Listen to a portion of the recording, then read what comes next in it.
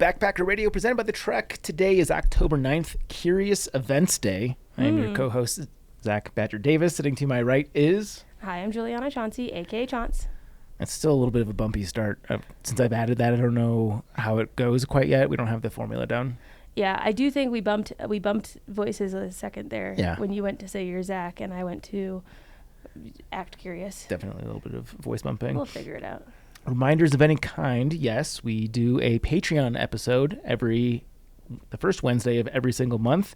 If you guys are into exclusive and additional content, we are here for you. This month's content is TBD at this exact moment. We're recording this in the past, but it's going to be good. It's going to be spicy. It's going to be juicy. And we've gotten really good feedback on the most recent one that we've done. Yes, this month, October's, is already out. It went out last Wednesday, the 4th, and it was oodles of fun. Mm-hmm. The previous month, we went through and started to piece together elements of the Pooping in the Woods book that we're going to be releasing at some time. And we started to read through some of the some of the poop story submissions, chopped it up, gave our feedback on what should and shouldn't be included, what we're looking for, some fun creative ideas for things to include in the book. What else? I think it basically was our first real brainstorming together session where we were kind of organizing the layout of what the book could look like. And I think that was good for jogging some curiosity together. Helps. We also opened it up for if anyone from Patreon had any feedback and wanted to give it.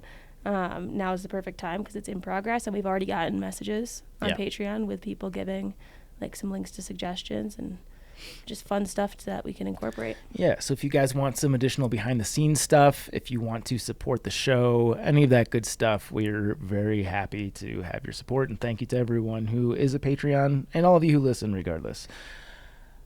Also, another reminder, we have some new merchandise. Yeah, are we going to have it already? Yeah, this is coming out in time. We'll make sure, now that we're saying it out loud, we have to make it come to fruition. That's good. I like deadlines. Yeah, but not to leave people hanging too much. This is a fun design that we're working on, Ways to Die on the Appalachian Trail. Yes. Perfect thing to get a nervous parent before you head out for an AT through hike, just to remind them of the many, many pitfalls out on the trail and ways that you could meet your own demise. Correct. It has everything from...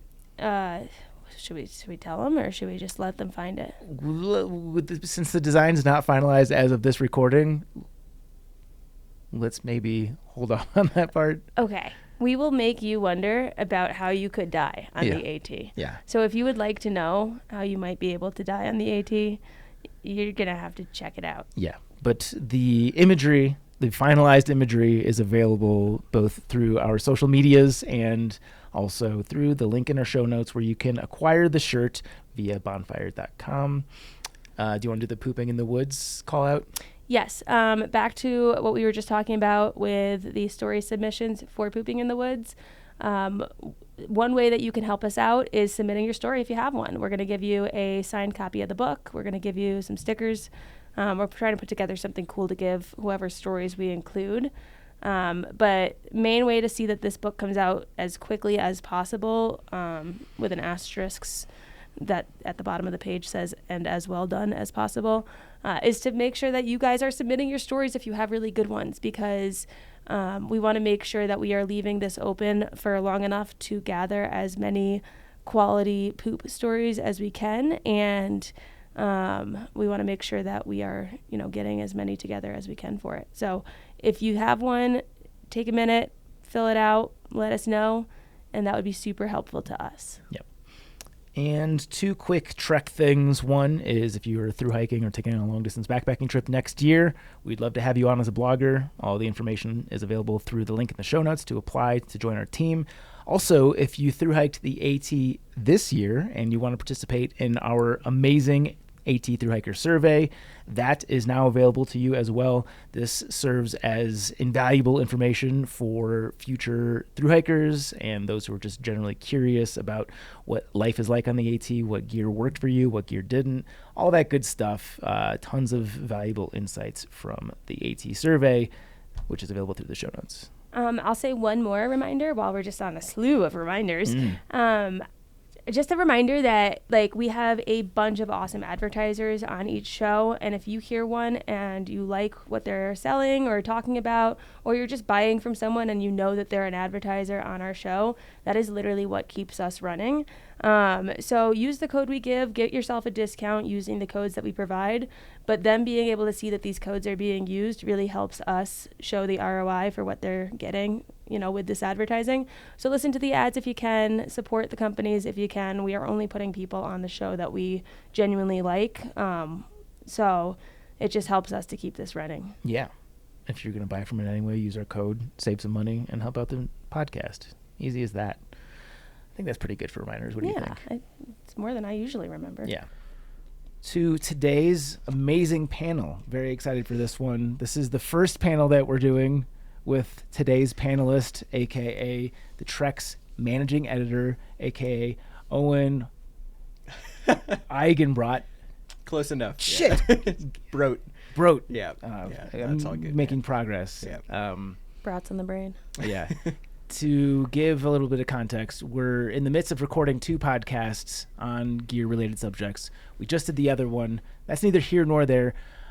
Very excited to have Owen on the podcast. I'm going to read his bio for the first time. Owen, above all, loves burritos. They are the reason he wakes, the reason he hikes. His hunger drove him the length of the PCT in 2015, the CDT in 2019, the Eastern Continental Trail in 2022, and scatters him to wild places worldwide. He's an engineer sometimes and hiker trash always. He lives to experience, understand, and help the earth. Owen, thank you so much for joining us here on Backpacker Radio. Definitely a long time coming. It's good to be here, Zach. Long-time listener, long-time fan, and it's just cool to be here. Yeah. Very appreciative of that for sure. Okay, for the first time, will you please give us an overview of your backpacking experience? I would say what you gave us in the future podcast was perfectly sufficient. So, okay. Chance and I will drink beer because we're hearing this for the first time. Yeah, it helps when you're hearing it the first time to drink beer. So I am very fortunate and privileged to have grown up kind of exposed to backpacking and camping. As a kid, my parents took me camping quite often. Was in the Scouts growing up. And the first kind of real backpacking trip was when I was 11 or maybe 12 or something, 30-mile trip in Lassen National Park. Can't say I loved it then, but it was something I did. Had an external frame pack, which was cool. That's just how we rolled back then, I guess. And I got through the Scouts without really kind of having to comprehend or think about whether or not I actually liked backpacking or camping. But as an adult, you're kind of on your own. You do what you want to do to a certain extent. That was cool. Welcome to high production quality Backpacker Radio.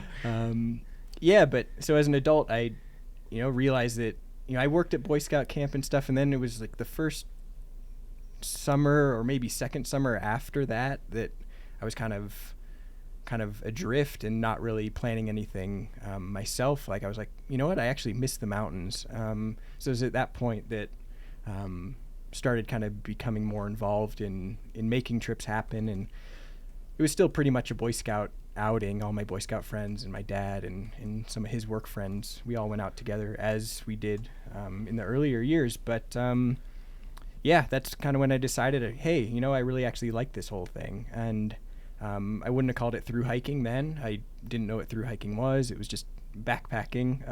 I think my longest trip before hiking the PCT was 60 miles or something, and that was a push. We dragged out a 50-mile trip to 8 days, and that was how we did it. It was awesome. We had 0 days out there and stuff. Then come 2014-ish, the fall, I got itchy feet, wanted to leave San Diego, where I had been living for a few years after going to school down there, and wanted to move outside of California. And I figured a PCT through hike is a pretty good segue to something else. I got into some blogs, Carrot's blog, Twinkle's blog, was laid up after shoulder surgery, not doing anything, and I read through all of those in a single week just to kind of decide, hey, you know what, this looks cool. I want to do this. So I did. April 2015, got on the PCT, which was, you know, some friends from San Diego took me there, dropped me off, and they went to work. So that was convenient, just kind of starting down there. Hiked through, and honestly, I had a great experience, but it was very stressful and hard. A lot of fire closures, you know, all that stuff. You know, at the time, it was the worst fire season in Washington's history, and I think it's been eclipsed every year since then or something. So it was kind of the beginning, I think, of that big fire pressure, and that sucked. That was the drought stretch, right? Yeah. I mean, it was a great year in a lot of ways to hike the PCT. There was no snow, no bugs for the most part. You know, the fires were an issue, but they're worse now with the snow. So I can't complain. So yeah, it wasn't my favorite thing. It wasn't my favorite way to backpack. But then, you know, circumstances, you know, change. You don't expect life to go certain directions. And, you know, I moved to England and was working as an engineer there, and then went on a hike of the Tour de Mont Blanc. I met Spice, my partner, out there. She was visiting from California, hiking the same thing, and we ended up hiking for 3 weeks together out in the Alps, and you could say we fell in love, because we did. It's romantic. And made plans to hike the CDT What's the the next summer. Taylor Swift song to put for that? That's a foreshadowing. Yeah, and so we kind of tentatively made plans to hike the CDT the next summer together. So I moved back after finishing up a year in England, and we hiked the CDT, and yeah, thru-hiking's kind of been my thing ever since. I haven't had an engineering job since 2019, since I quit, and been hiking a lot more than working, which has worked out well for me. It's not necessarily easy all the time, but CDT, then some dream trips in the Sierra High Route, which was one I'd wanted to do for a really long time. And then the big one was the Eastern Continental Trail in 2022. It was a little bit flip-floppy and not quite straight through for various reasons, but I hiked the AT North solo at Katahdin. Spice joined me. We hiked up into Quebec to Cape Gaspé, a big lighthouse, beautiful spot. And then she hiked the AT Sobo. When she got to Springer, I jumped back on, and we hiked down to Key West together. And for the first time, can you please introduce what the Eastern Continental Trail is? Yeah, it's about 4,800 miles as we hiked it. It runs, if you're going Nobo, runs from Key West in Florida, the southernmost point of the continental United States. I think Hawaii scoots underneath that. And it runs, you do some road walking up to the start of the Florida Trail in southern Florida, take the FT up to the Alabama border, 200-mile road walk from there, which is better than you would expect. And that takes you to Flag Mountain in the start of the Pinoti Trail, which is an amazing spot. Really feels like the edge of the mountains there. Powerful place to be. And you follow that. You follow the Pinoti Trail from there up to the end, which is in North Georgia somewhere. 70 miles of Benton MacKaye Trail take you to Springer, and you hop on the AT, ride that big old thing all the way up to Katahdin, and from there you go over the Knife's Edge, if you so choose, and kind of walk through the backwoods of Maine on roads and ATV roads and stuff. Takes you to Canada.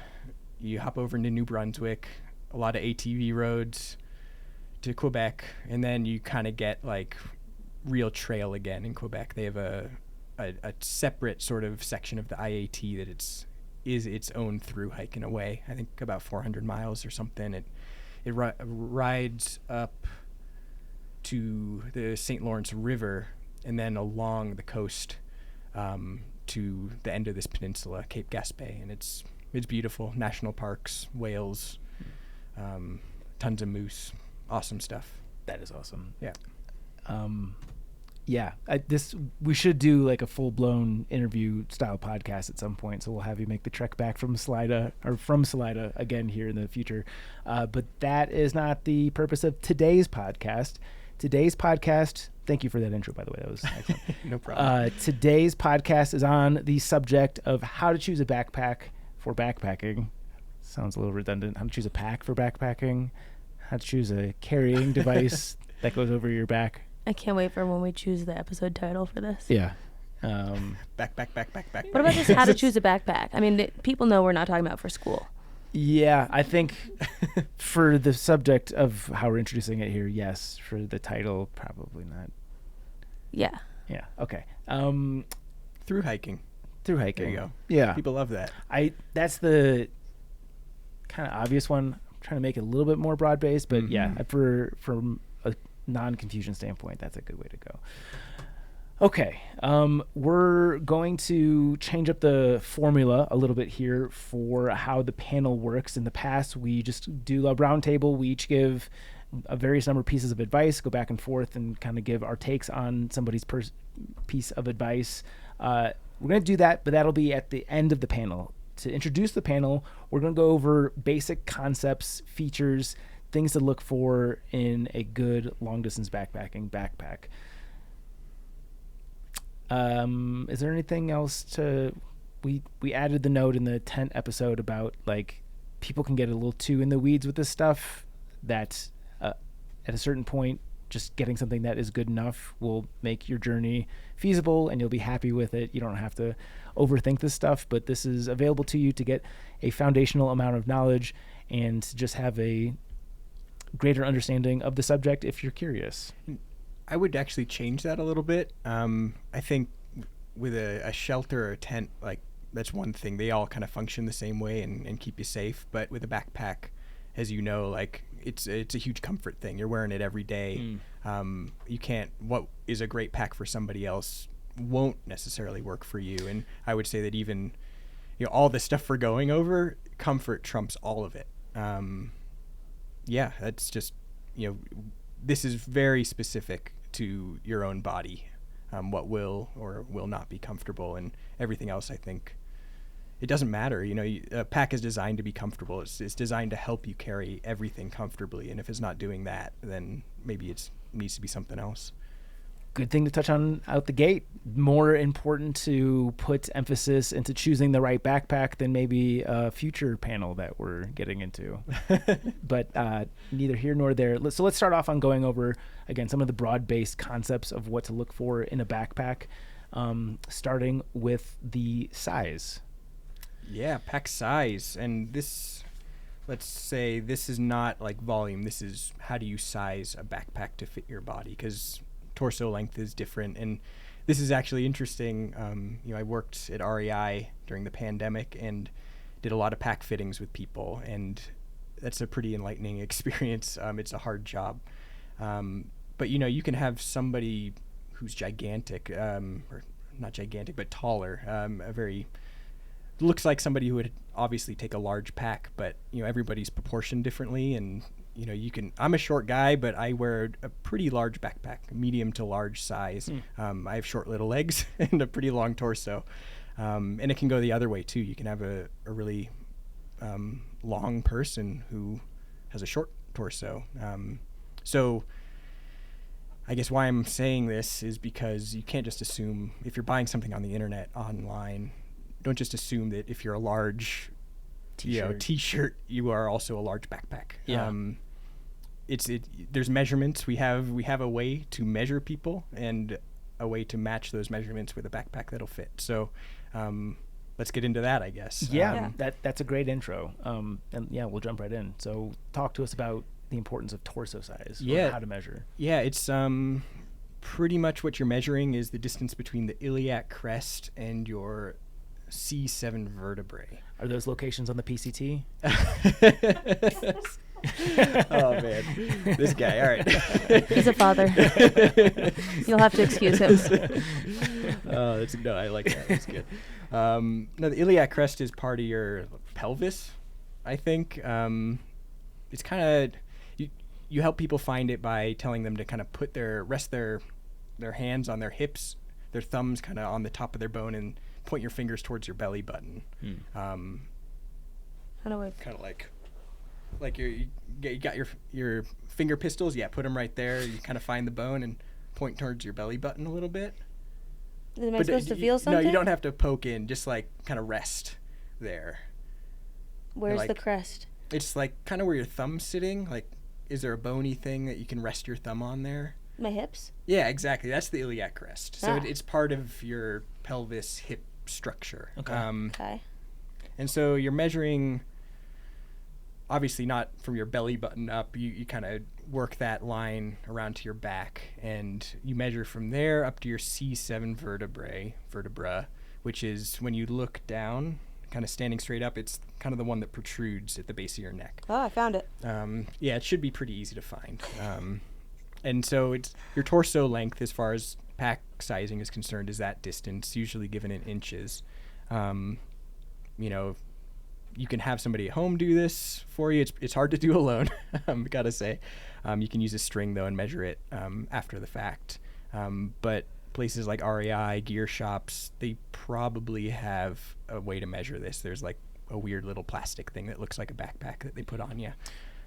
Just a general life tip for people. I use this all the time. I never thought that I would. I bought it for one thing, and I've used it a million times since. It's one of those soft measuring tape things. So useful. I have one in my the drawer next to my desk, and I probably use it twice a week. Like I don't know why I'm measuring so much stuff, but just a general piece of advice. Or like buying helmets or something. Like it comes up all the time. Yeah, right. Totally. It's weird. I will say, if you're measuring by yourself, you could tape a piece of string to the pointy spine thing, and then use your hands to do the bottom part. For sure, yeah. Tape is your friend. Yeah, just use friendly tape, not super glue. Okay.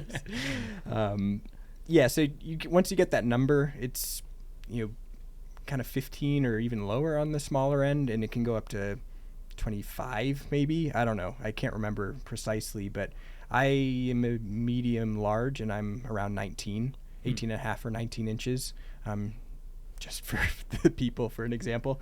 And you take that number, and packs have specs. Go online, go to the store, and some packs are adjustable. I think we get into that later. But others kind of give a range, like a medium-sized pack is good for torso size 18 to 20 inches. And if you fall kind of right in the middle of that range, awesome, you're lucky. That's a sweet spot to be in. Otherwise, if you're kind of on the cusp, it's a little bit tough, and that's kind of when you want to start trying things on, because packs fit a little bit differently. Everybody wears their backpack a little bit differently. Like when my backpack's light, I kind of let it ride low. Like the hip belt is nowhere near my iliac crest. It's just kind of like riding low. I don't know why I do it. It's like a middle schooler and wearing like a book bag kind of thing. But yeah, you try these things on, and rule of thumb is if you're kind of right in the middle. If the pack range large is 20 inches to 23, and the medium is 18 to 20, and you're like 19 and a half, or you're right on 20, it might be best to go for the larger size, because the hip belt's not going to do a damn lick of good if it can't reach your hips. So it's better to have a little bit of extra length so that your hips can actually kind of take some of that load off your shoulders. Makes sense. If it's slightly too tall, long, you can kind of hock it up a little bit. Yeah, there are ways to adjust sit a little bit higher, but better that than the alternative. For sure. Yeah, and even so I guess we can get into adjustable versus fixed size now. Adjustable packs are great. It's usually a pretty easy thing to change. You can adjust it inch by inch, or some like Osprey packs are infinitely adjustable within a given range of torso sizes. And those are great because you can really dial it in. You can mess with things. You can figure out where you like the hip belt to ride, because everybody's a little bit different. But for the packs that aren't adjustable, they just are fixed length. They're sized for a specific range. There are ways to like kind of adjust how the pack fits to fit your body, and that comes with the adjustment straps. Depending on how tight you tighten down the shoulder harness or the shoulder straps, like that'll lift the hip belt kind of higher. It'll lift the pack more onto your shoulders, less on your hips. If you have load lifters, which are the straps that connect the top of the frame to the top of the shoulder straps, few ultralight packs actually have those. But if you do have them, that's another good way to kind of move the weight around. They're load lifters. The name kind of implies that you can change the load, and what they do is by tightening them, they kind of lift some of that weight off the shoulders and redistribute to the hips. So there are ways to kind of like adjust the pack further to your body type. But, it is a nuanced thing, and, you're doing this daily, multiple times per day. You're going to have plenty of time to figure it out and dial it in. So makes perfect sense to me that if you want to buy a Gregory, an Osprey, maybe even like a Hyperlite mountain gear, I think that's at most REIs nowadays. Yeah. That they can go to an REI and get fitted by somebody knowledgeable like yourself, or probably even less knowledgeable than you. Obviously there's so many popular cottage industry backpacks. Is it really just a game of looking at their size chart and doing all the measurements and just hoping for the best, or what do you recommend there? I think that's probably sound advice. Like, you get and you can go to an REI with no intention to buy there. You can get measured. They're happy to do it. Any gear shop will. Go get your measurement and feel confident in that. Everybody's going to measure you differently. Even the so-called experts at REI, there's not really any training provided to a lot of these people. Probably. If you go to REI, see a different person each day, you're probably going to get a different measurement, or just, you change day to day, your posture. If you go earlier in the day, you kind of shrink. So it's not going to be a perfect measurement, but it can certainly help and be a good starting point. And then, a lot of these cottage manufacturers are pretty quick and happy to help. You can always shoot them an email and say, hey, I'm in the middle. What would you recommend? Because they know their product. They know it works for people. If they're customer service, they're dealing with people just like you every day or every week at least. So I think, reaching out to the manufacturer is a good idea if you have any questions at all. But sticking with that number is, it's kind of the only metric we have, unfortunately, as imperfect as it is.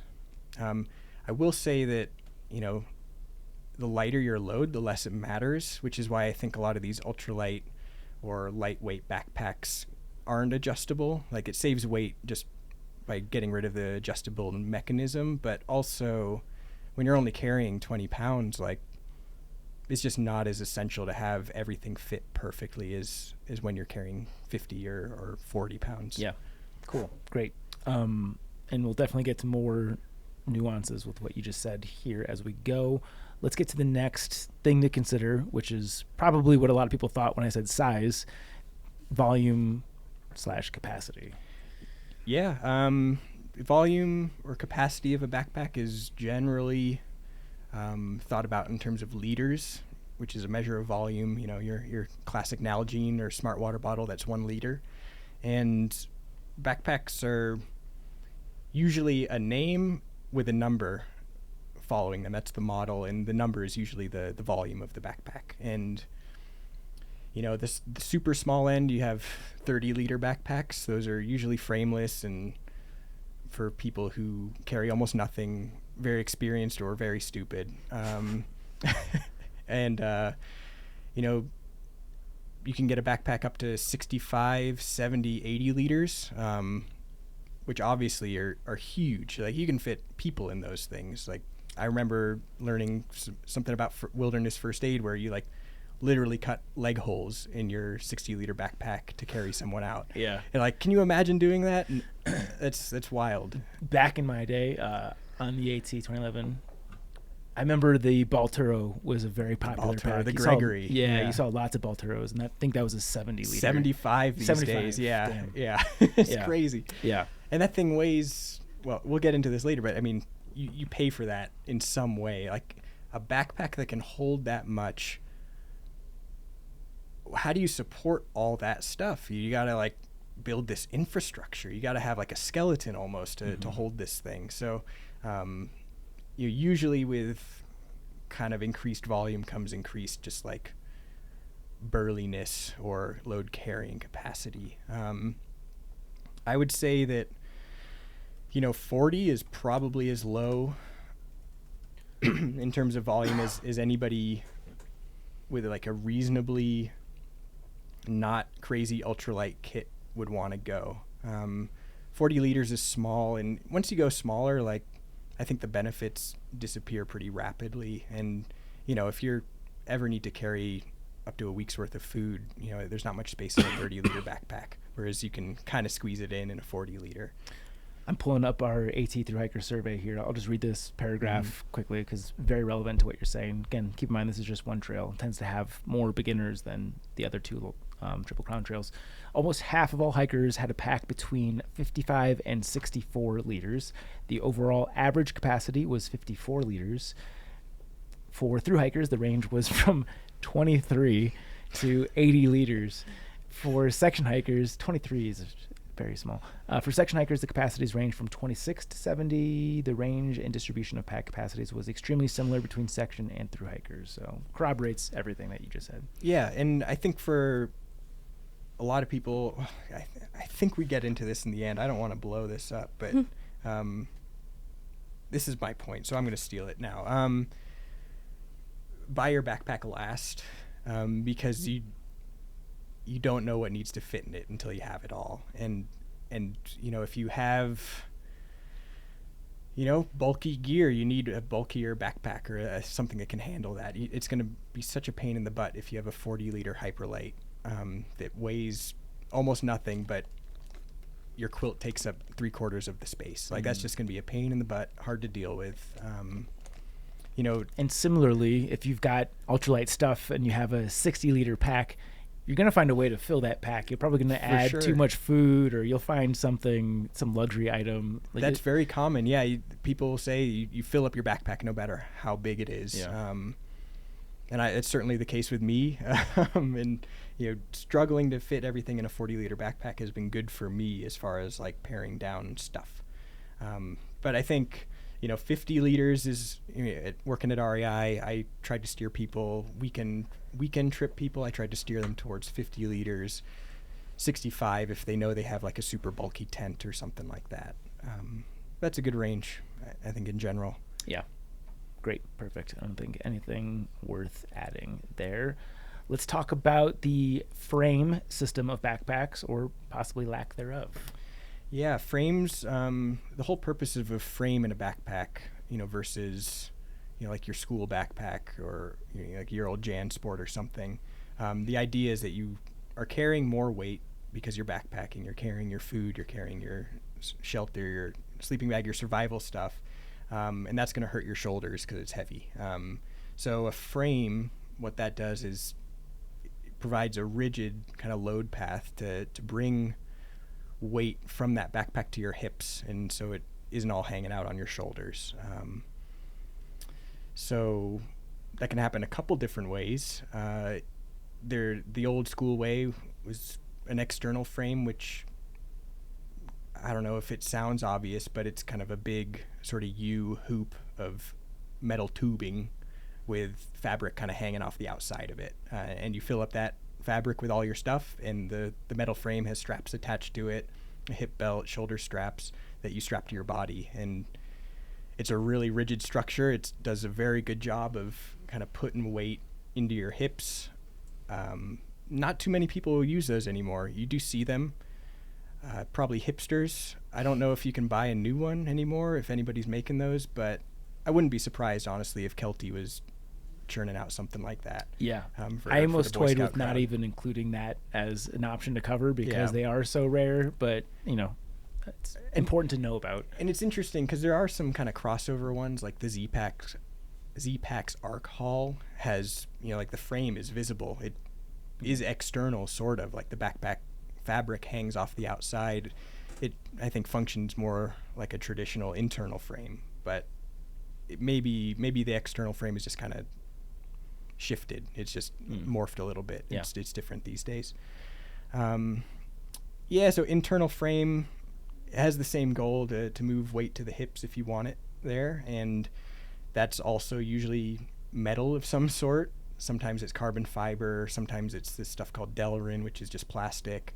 But yeah, it takes that weight off the shoulders, puts it in your hips. They're internal. It can be like two little, they're called stays, that are just like pretty much pieces of metal that run vertically in the backpack, in the back panel.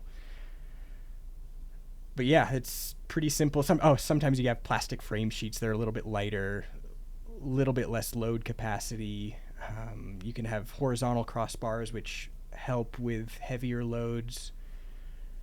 Whatever. That's all like nerd spec stuff. I don't think it's worth considering too much, beyond maybe just knowing if you're curious, because either it has a frame or it doesn't, mostly. Mm-hmm. So you have the frame backpacks, and then you have the frameless, which are better suited to loads of maybe topping out 25, 30 pounds or something, whereas packs with frames, it varies, but are good up to 40 pounds, and the bulkier backpacks way higher even. Yeah, so frameless, they're a little bit harder to work with. You don't want to carry quite as much weight, so you probably want to have the rest of your kit pretty dialed in and pared down.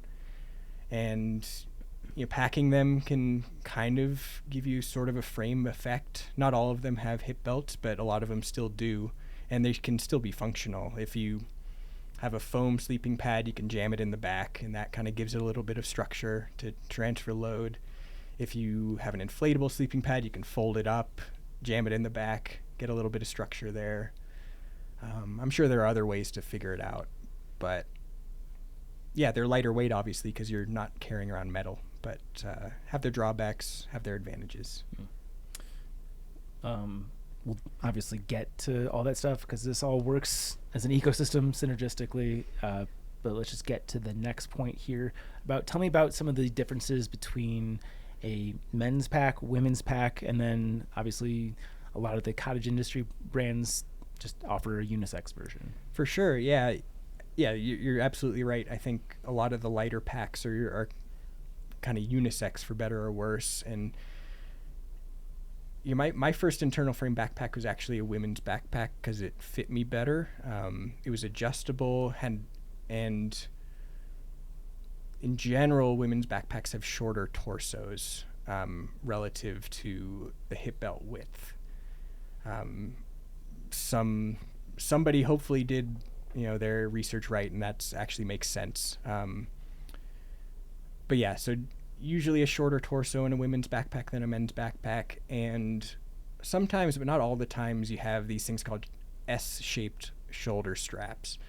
And if you really want to nerd out on that, I recommend going to ULA Equipment's website. You can buy backpacks from them that have either more traditional or S-shaped, and they kind of guide you through making that decision. It is really based on the slope of your shoulders, how they fall away from your neck.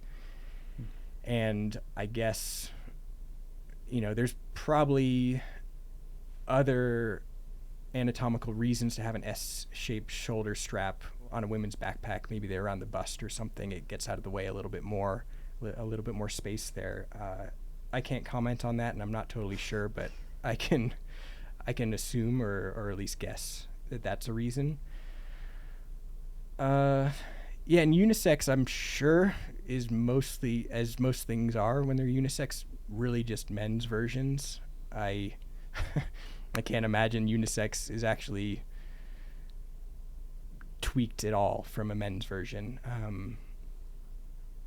And whatever, for whatever reasons that might influence that, they do work for all body types, or not all body types, but more people. And again, getting back to ULA, they have options to kind of make your own pack more similar to a women's pack by adding a different hip belt or different shoulder straps. A lot of manufacturers allow you to choose your hip belt or change them out.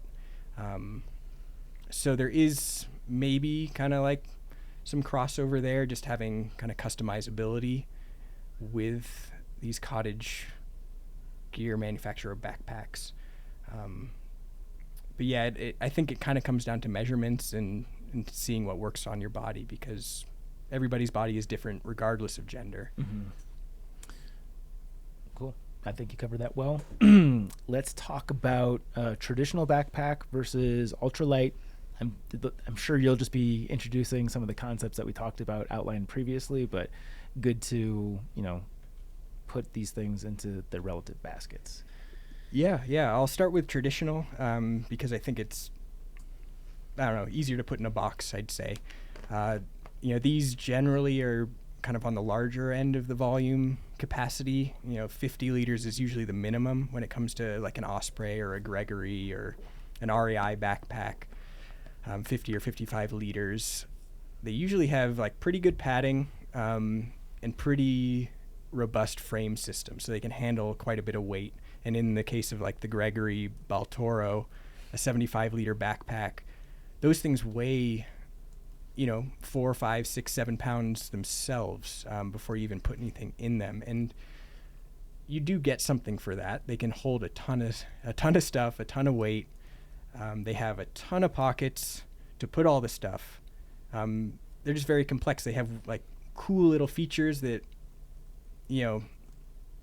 without sounding like a total like elitist, I think a lot of them are probably unnecessary. Like there's a lot more pockets, like trekking pole stowing cords and, extra little like water bladder holder things that keep your water cold, like, or even like a day pack that is like zipped into this thing. Like there's a lot of things like that, and I think people can get excited about that and actually find those useful, but you pay a penalty in the weight. There's just burly zippers on these things, lots of pockets, lots of fabric. And the price. I think a lot of times they add these features as a way to keep the packs expensive, because if they just reduce it down to its most simple thing, then, there's no differentiating factor between them. That's a really good point. You'd think, that these ultralight things, at least in other gear aspects, are usually more expensive, but these backpacks at REI that, there's millions of them out there, thousands, they're still really expensive. They're not necessarily cheaper, and sometimes way more expensive than the ultralight or cottage gear options. Yeah. And getting into that, it's because of the simplicity of the kind of cottage brand ultralight backpacks. They're just tubes they almost all have a mesh outer pocket on the back where it's stretchy sometimes. You stuff stuff in there. They have 2 water bottle pockets, one on each side, and probably a roll top closure. But you open this thing up, it's just a tube, and it's up to you to organize it how you will. It's a blank canvas, really. And when they kind of creep up in price, it's probably because the materials are expensive. You get into the DCF, whatever. But yeah, they're just simple. They cut out what you don't need, sometimes further than you're willing to go. But yeah, just keeping it simple, pretty much. Simple with lightweight fabrics. And on the conversation of features, let's go through some of the features, because I will say some of the cottage industry brands do introduce some of the more features that are associated with, the more traditional expensive packs. Maybe expensive is the wrong word. And obviously the first one that I've got listed here, there's a standout in my mind. I don't know if we're aligned there, but let's talk about some of the features. The first one I want to talk about is suspension. Suspension, yeah, cool. It sounds like you have something hot and ready to go.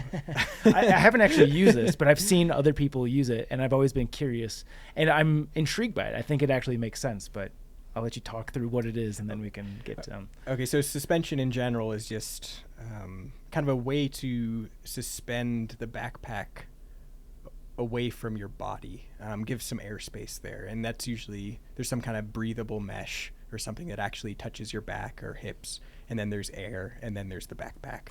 And the idea with that is that it's more breathable. You can get some airflow through there, so you're not quite as sweaty.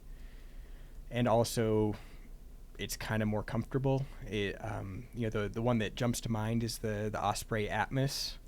I think the Exos also has kind of a mesh suspension system, but the idea is that it kind of sits like a trampoline and eliminates pressure points because your body's just kind of free to be where it's going to be.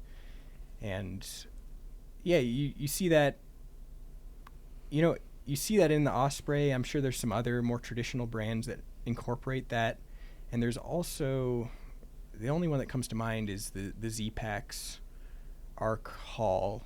I think that also has some sort of mesh back panel with suspension style airspace. Yeah, I see the Arc Blast has it. Arc Blast. Is it all the Arc series? I think so. I wasn't sure if the Arc Blast still existed, honestly. Okay.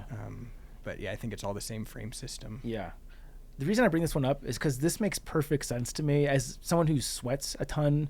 Even if I'm cold, if you take my backpack off me, my back is soaking wet. So the idea of having some sort of airflow there just makes such perfect sense. I don't know if I've tested an Osprey pack for short duration, so I can't speak to that in depth. But in our hiking group for a while in the PCT, Professor shout out, he used one of the Z-Packs packs that had the suspension, and I was always very intrigued by it. Like conceptually, it makes so much sense to me. I don't know how much you've had a chance to test this stuff. Yeah, I was really into that as well going into the PCT. My backpack was one of the couple pieces of gear I actually bought for the PCT, and I wanted that mesh back panel big time because I sweat a ton.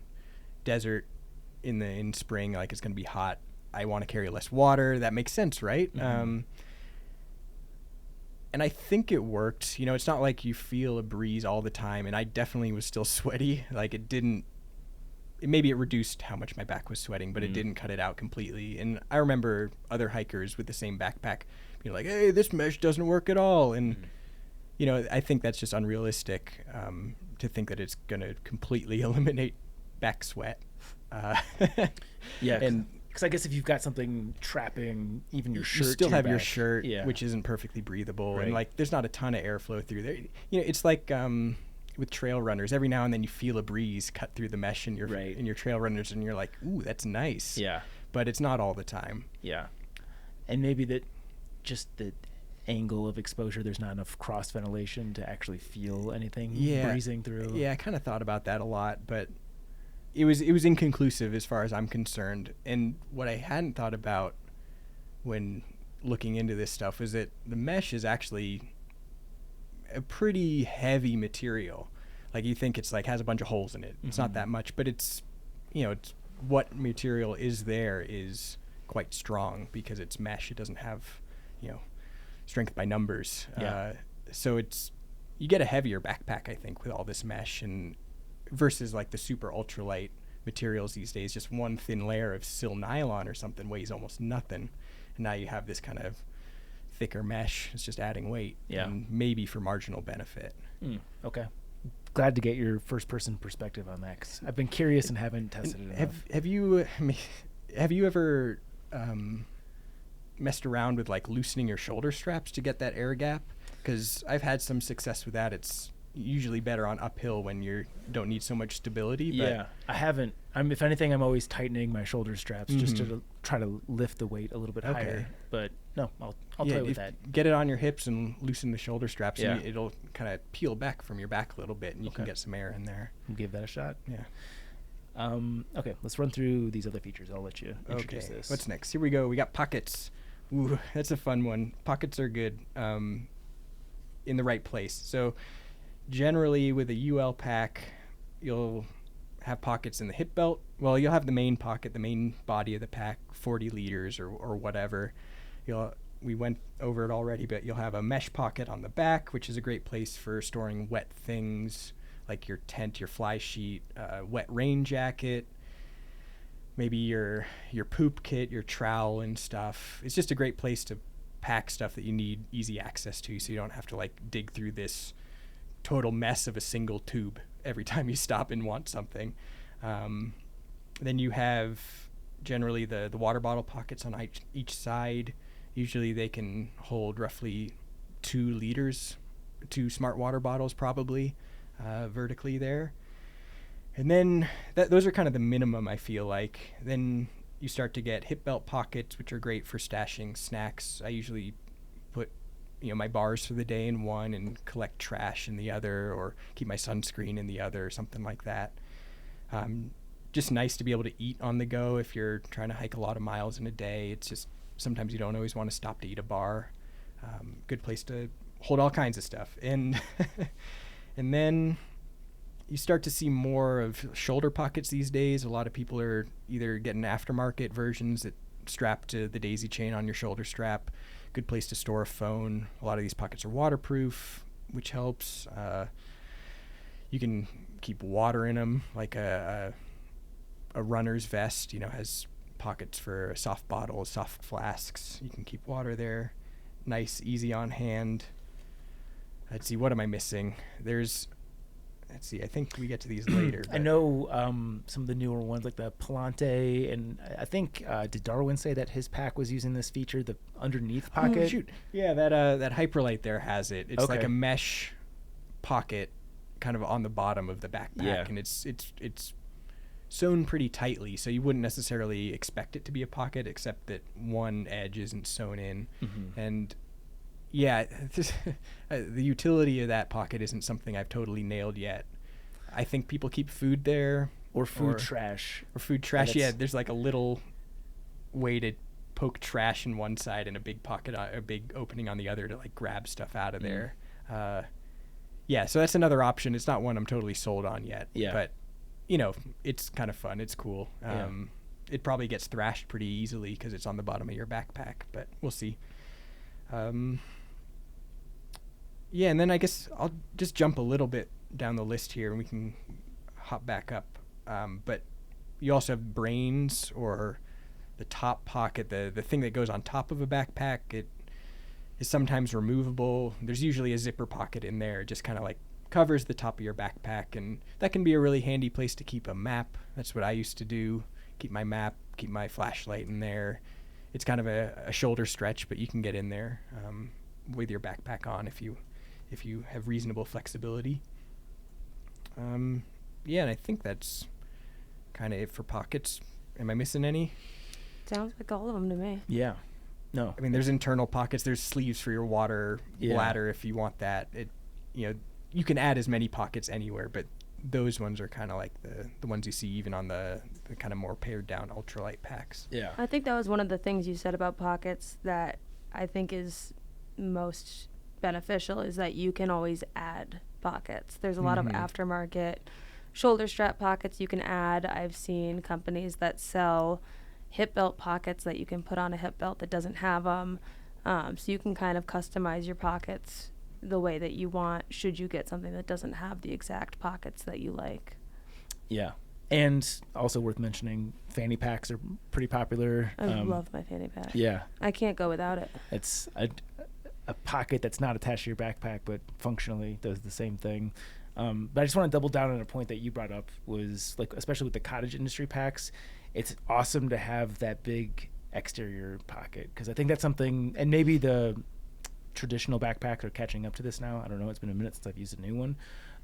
But like the first thing that drew me to a Gossamer Gear backpack is that massive stretchy mesh pocket. Like you can just get so much in there, and you don't realize this until you're out on the trail, but the number of times where you want quick access to something, whether it's a snack, whether it's your rain gear, whether it's toilet paper, whether you name it, like there's things that you want and use regularly throughout the day, where it becomes significantly much more of a pain in the ass to have to like take your pack off, open it up, fish through, pull out the one thing you need, repack it. Like just to have the exterior access to it is a huge time saver and a massive convenience that I think the cottage industry does really well, generally speaking. Mm-hmm. Absolutely. And one other pocket I appreciate and will almost always advocate for is just a small zipper pocket somewhere that isn't a hip belt pocket. Like if it's internal, that's great, but just somewhere to like keep my wallet and headlamp pretty much. Sure. Like, or car keys for shorter backpacking Yeah, trips. Like exactly. the stuff that you can't lose. exactly. There's always a use for those, at least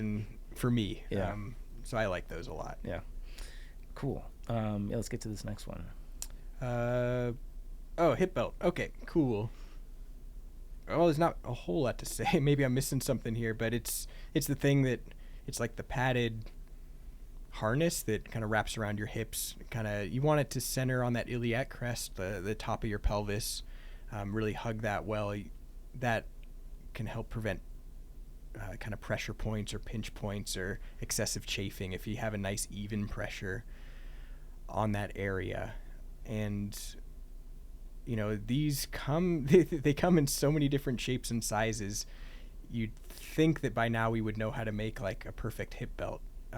I feel like so every manufacturer does it differently. Some are like extremely padded, others are little more than webbing straps, and I think you can learn a lot about a backpack just by, as far as like what the designer expects you to do with it by looking at the hip belt. You know, in these Gregory's, these big 75-liter backpacks, you see a lot of padding in that hip belt, and that's great. You need it if you're going to be hauling that kind of stuff. And on the flip side, you know, there are a lot of pretty thin hip belt things out there in the ultralight world. Like I said, just a webbing strap sometimes for the lightest backpacks. But yeah, I don't have much else to add besides like you get hip belt pockets on some, you don't on others. And what about some of the ones where you get one clip for the hip belt and then the others where you get the 2 clips? That's a good point. You know, I don't think I've ever used one with 2 clips, but I didn't even know there's a thing. What It's comfy. Is it? I think it's the Circuit that has the 2. Okay, I believe that. Yeah, the 2 clip, the idea behind the 2 clip is that you can tighten the top and bottom of the hip belt to different tensions to kind of rotate them to match the angle of your hips better. Oh, not my gut after I go to all you can eat buffet. Or your gut, for sure. You know, some people, a lot of male-bodied people are kind of more rectangular, and you know, their hips are, especially after being at the end of a thru hike, there's not a whole lot of like shelf there. They are more kind of straight up and down, and so you want kind of a nice even pressure wrapping around your hips. But for somebody else, you know, if you have hips, you have kind of a different angle that you want that hip belt to sit at, and the double strap can help you achieve that. It's like a nice hug. Yeah. And I guess the only thing worth mentioning here, which you did already, but hip belts are not mandatory in backpacks. One of my favorite packs I use, shout out to Jabba's pack, the Zerk. I've experimented with other frameless packs that didn't have hip belts, and there's one in particular I don't want to name, that I found to be very uncomfortable. But I don't know what the construction differences in the Zerk, but I genuinely really like it. And I like not having the hip belt specifically just because, again, we're talking about airflow. This is just another area where so much heat can get trapped. Your pack has to be at a certain weight for this to even be remotely feasible. But I'm not like strict UL by any stretch. In a future podcast, you're going to hear my take on tents.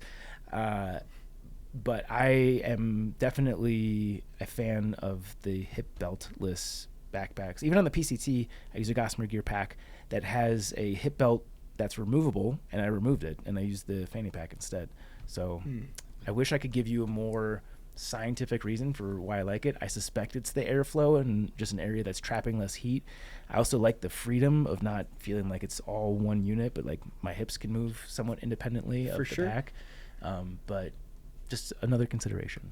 Yeah, that's a good point. And removable hip belts can be great because you can change them out for a different size as maybe you lose weight during a thru hike or something like that. You know, backpacks with fixed sewn in hip belts can become a problem for people if they are really kind of running low at the end. I'm sure we've seen a lot of people that have it tightened all the way and there's still a gap. At the end of the thru hike when they've lost 20 plus pounds. It's a glorious feeling. I've never felt that.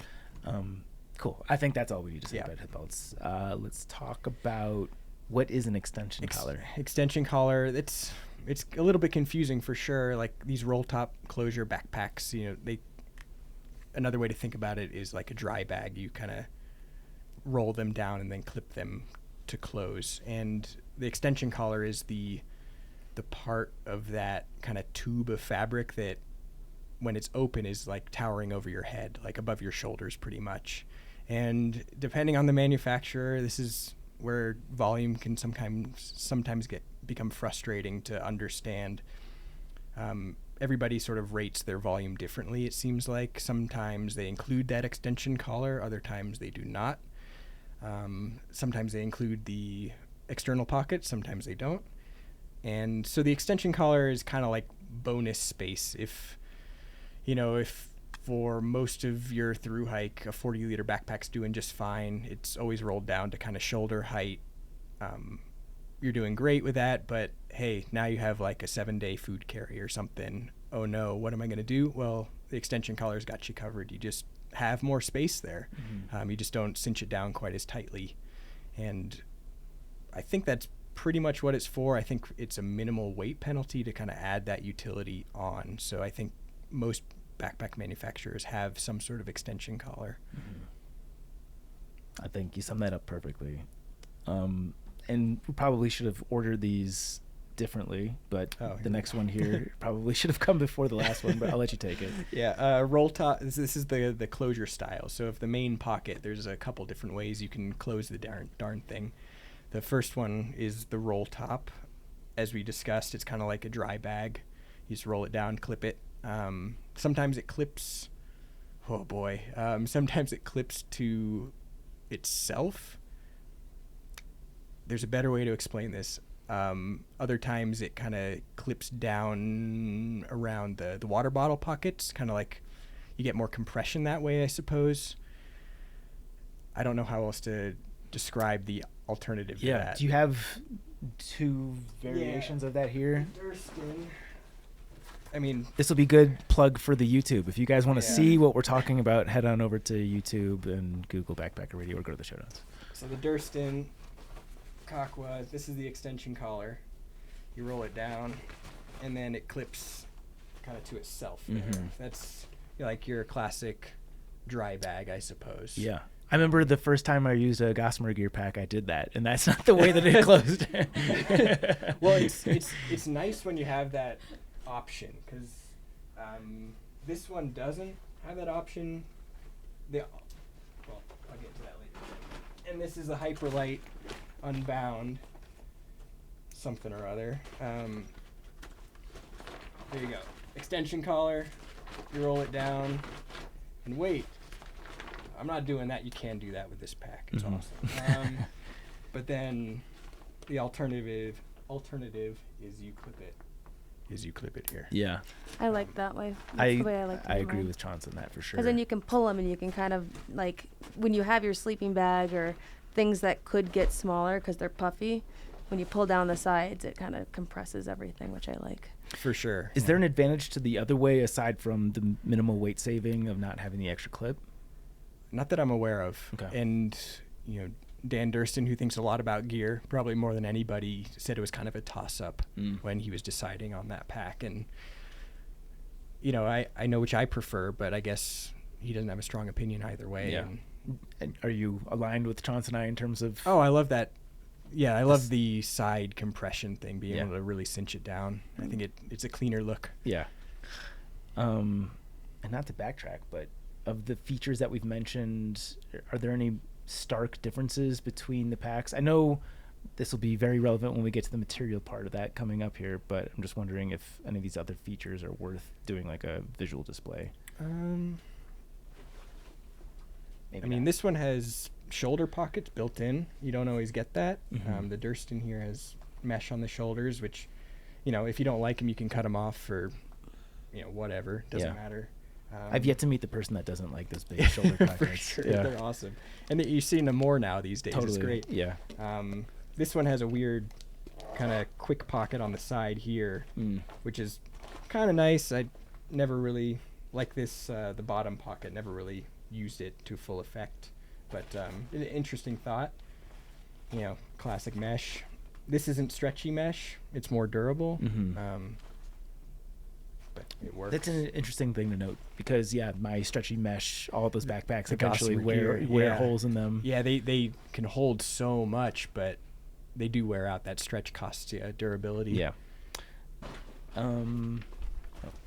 This one has the bottom pocket that, you can keep snacks or something there. That's kind of the big deal with that. I haven't tested that feature extensively, but I've always been concerned that stuff's going to leak. Like if you're putting trash in there, over time that pocket cinch has to has to become stretched out. I'm worried that trash would fall out of that. That's an interesting point. Yeah, I know, like, if you pack your backpack, like, reasonably tight, it's a tight fit in there, but yeah, if the stretchy material starts to sag at all, Yeah. it's kind of done.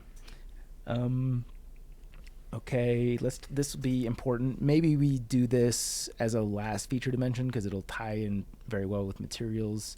Let's talk about the straps and buckles. All right. We kind of did a little bit with the roll top closure options, but yeah. Yeah, and this can extend to like the shoulder harness, as I think it's technically called.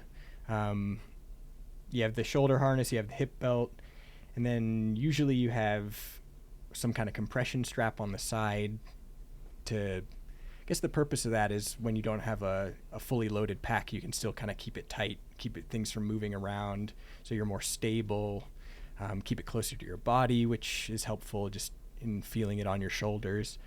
So compression straps on the side are helpful, not only for that, but also for securing longer items like an umbrella or tent poles or something like that. Let's see what else. We have top straps, which are ever more popular and super useful. They just kind of go over the top of the backpack from shoulder to kind of the mesh pocket, and they come in Y straps, which are more secure. They can hold a bear canister well a lot of the time, a sleeping pad if you're carrying one of those bulky foam sleeping pads. That's a good place to keep it because you're not going to fit it in your backpack. Chips, it's a great place to keep your bag of chips for sure. I learned that from Spice. And there might be people thinking like, how is that even a consideration when you're through hiking? That should be a consideration. It's super important. Yeah, you eat chips a lot for the first day out of town. That's all you eat. Yeah. And then they're gone, and it's sad. Let's see what else. Where are we? Straps. Oh, and then load lifters. I kind of mentioned those earlier. Those are rare on the ultralight packs. More traditional packs will all have them. The lighter ones won't. And, if you're carrying lighter loads in these lighter packs, that's fine. You'll be just fine. It becomes bad when you're overloading these packs that just aren't designed for it. And so the Durston is rated to a higher carrying capacity, and one of the reasons is that it has these load lifters up here. It's a feature that the Hyperlight won't have, the Gossamer gear won't have. Does the Mariposa not have that? I've never seen one. I'd be surprised actually if it did, but I won't rule it out. Would that not be?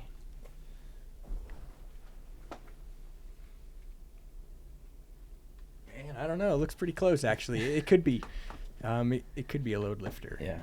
And that's one of the bigger packs. Like, yeah. If Gossamer Gear is going to put a load lifter on any pack, it's the Mariposa. I think that might be the only one that they do it with. So yeah, that makes sense. Any other straps? No, but you touched on this briefly about the shoulder straps, how the traditional is starting to turn into the more the S. Yeah, the running vest style. Yeah. Talk about that. In addition to the larger stretchy pockets, just the style and functionality of the running vest strap itself. Yeah, this is a good development, I think. In my opinion, it's nice. It's running. If you're not familiar with running vests, they tend to they're like tiny little backpacks that feature heavily on the shoulder strap pockets. They generally are quite wide and thin, so there's not a lot of thick padding, but because they're so wide, they distribute the weight over a wider part of your shoulder. So, you could call that more comfortable. I think most people find that more comfortable. True from me, certainly. Yeah, and more sweaty probably as well. So that's the downside. But they feel extremely comfortable, and they usually have more than another strap, sternum strap. They usually have more than one sternum strap, which allows you to kind of dial in the fit a little bit better. They often have kind of stretchy material with the sternum strap, which again gives you more freedom to breathe. If you're really tightening it down, it still has some give, so your lungs can actually expand. And then you have a shitload of pockets. There's pockets everywhere because runners have even less time than thru hikers to stop and grab things. So you have places to put water bottles, soft flasks, a lot of snacks, kind of running all the way under your arm, all the way up to the top of your shoulder. There's some weird stretchy thing where you can put stuff. It's awesome. Yeah. And then I don't know how to do this. Let's talk about the price point. Like, what's a rough range that people should expect for backpacks? This seems to be a smaller range relative to the shelter conversation. For sure. I think it's harder to spend a ton of money on a backpack because the expensive ones, unless it's a Gregory or something like that, they're so simple. Right? You're paying for the materials when you're in the ultralight world and getting an expensive backpack. And so I think I did a little bit of research on this and confirmed my suspicion that kind of like a budget range, or like a good budget range where you're still going to get a really good backpack, is like around $200. And this is with a frame. Frameless packs are way cheaper. $150 or something. I think the Gossamer Gear G420 is a pretty good entry level, comfortable frameless backpack. That's $180 last I checked. So $200, you can get a really good backpack. Like my Granite Gear Crown 60, I use that on this CDT, and that's a $200 backpack, or at least it was. It's probably gone up since. No, to my understanding, I mean, I don't know the exact price point, but I know that they do really good value backpacks. Yeah, their price points are very fair. Yeah, and you can get easily up to 400 plus when you get into the hyperlights or anything using DCF. Z-Packs obviously runs at a premium. They have a pretty complex frame system, the suspension back panel, and they're using DCF. You pay for all that. Mm-hmm. And let's talk again quickly about waterproofness. It will segue perfectly with what you just said, and then segue even better into the next kind of chapter of this.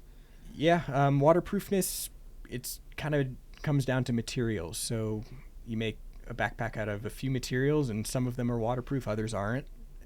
Even some with the waterproof materials aren't waterproof because, when you're sewing these things, you're poking holes in this waterproof material, and it pretty quickly becomes not waterproof. Yeah.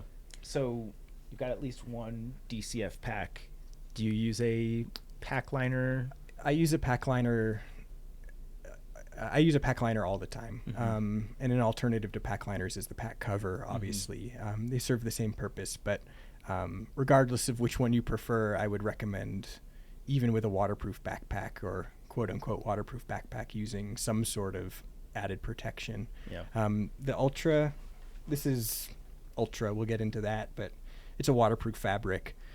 I got drenched in Shenandoah using it without a pack liner, and I was soaked. Like my quilt was wring outable, just because the water bottle pockets, they're facing up, they're collecting all that rain, and now this water's sitting in a waterproof pocket, and it flows through the seams and just right into the main pocket. So yeah, an important consideration for people to make when they're spending up on stuff like this is that it probably won't achieve the end that they're looking for in a heavy enough rain. Yeah, and I think the Hyperlight packs might be seam sealed these days, which should go a long way to keeping water out. But durability, you spring some pinholes. Like what does it take to throw a garbage bag in your backpack? Yeah, it's a pretty easy way to fix that. We've got water bladder compatibility. That's just having a sleeve for a water bladder and a slot or a port, I think, as they call it, kind of at your shoulder. Right. I think all backpacks have that. I don't know though. Yeah. Okay, this is a big one. Let's talk about the material science. I'm sure I will learn a lot in this conversation, so excited to get your rundown here. Okay. Materials. How freaking exciting. Nylon is kind of the classic. As with shelters, it's just plastic that's been around forever. It's a woven fabric. Comes in different deniers. I think I'm saying that right. That's the thickness. Yeah, denier. Yeah. I've heard both. It's probably a French word, not worth learning. Yeah, and you see that in the spec sheet. It shows up as 10D, so 10 denier, or 20, or packs are much heavier duty than that. That's more of a tent weight. I think the ULA uses like 400D or something in their packs when they use nylon. I actually use Robic, which is okay. Damn, getting ahead of myself. So nylon's your classic. It's probably the cheapest.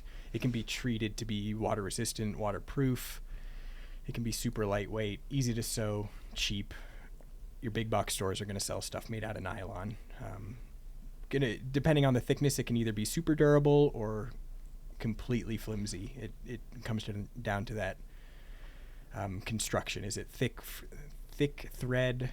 Does it have ripstop in it? That kind of stuff. Mm-hmm. But no surprises with nylon. People know what that is. Yeah.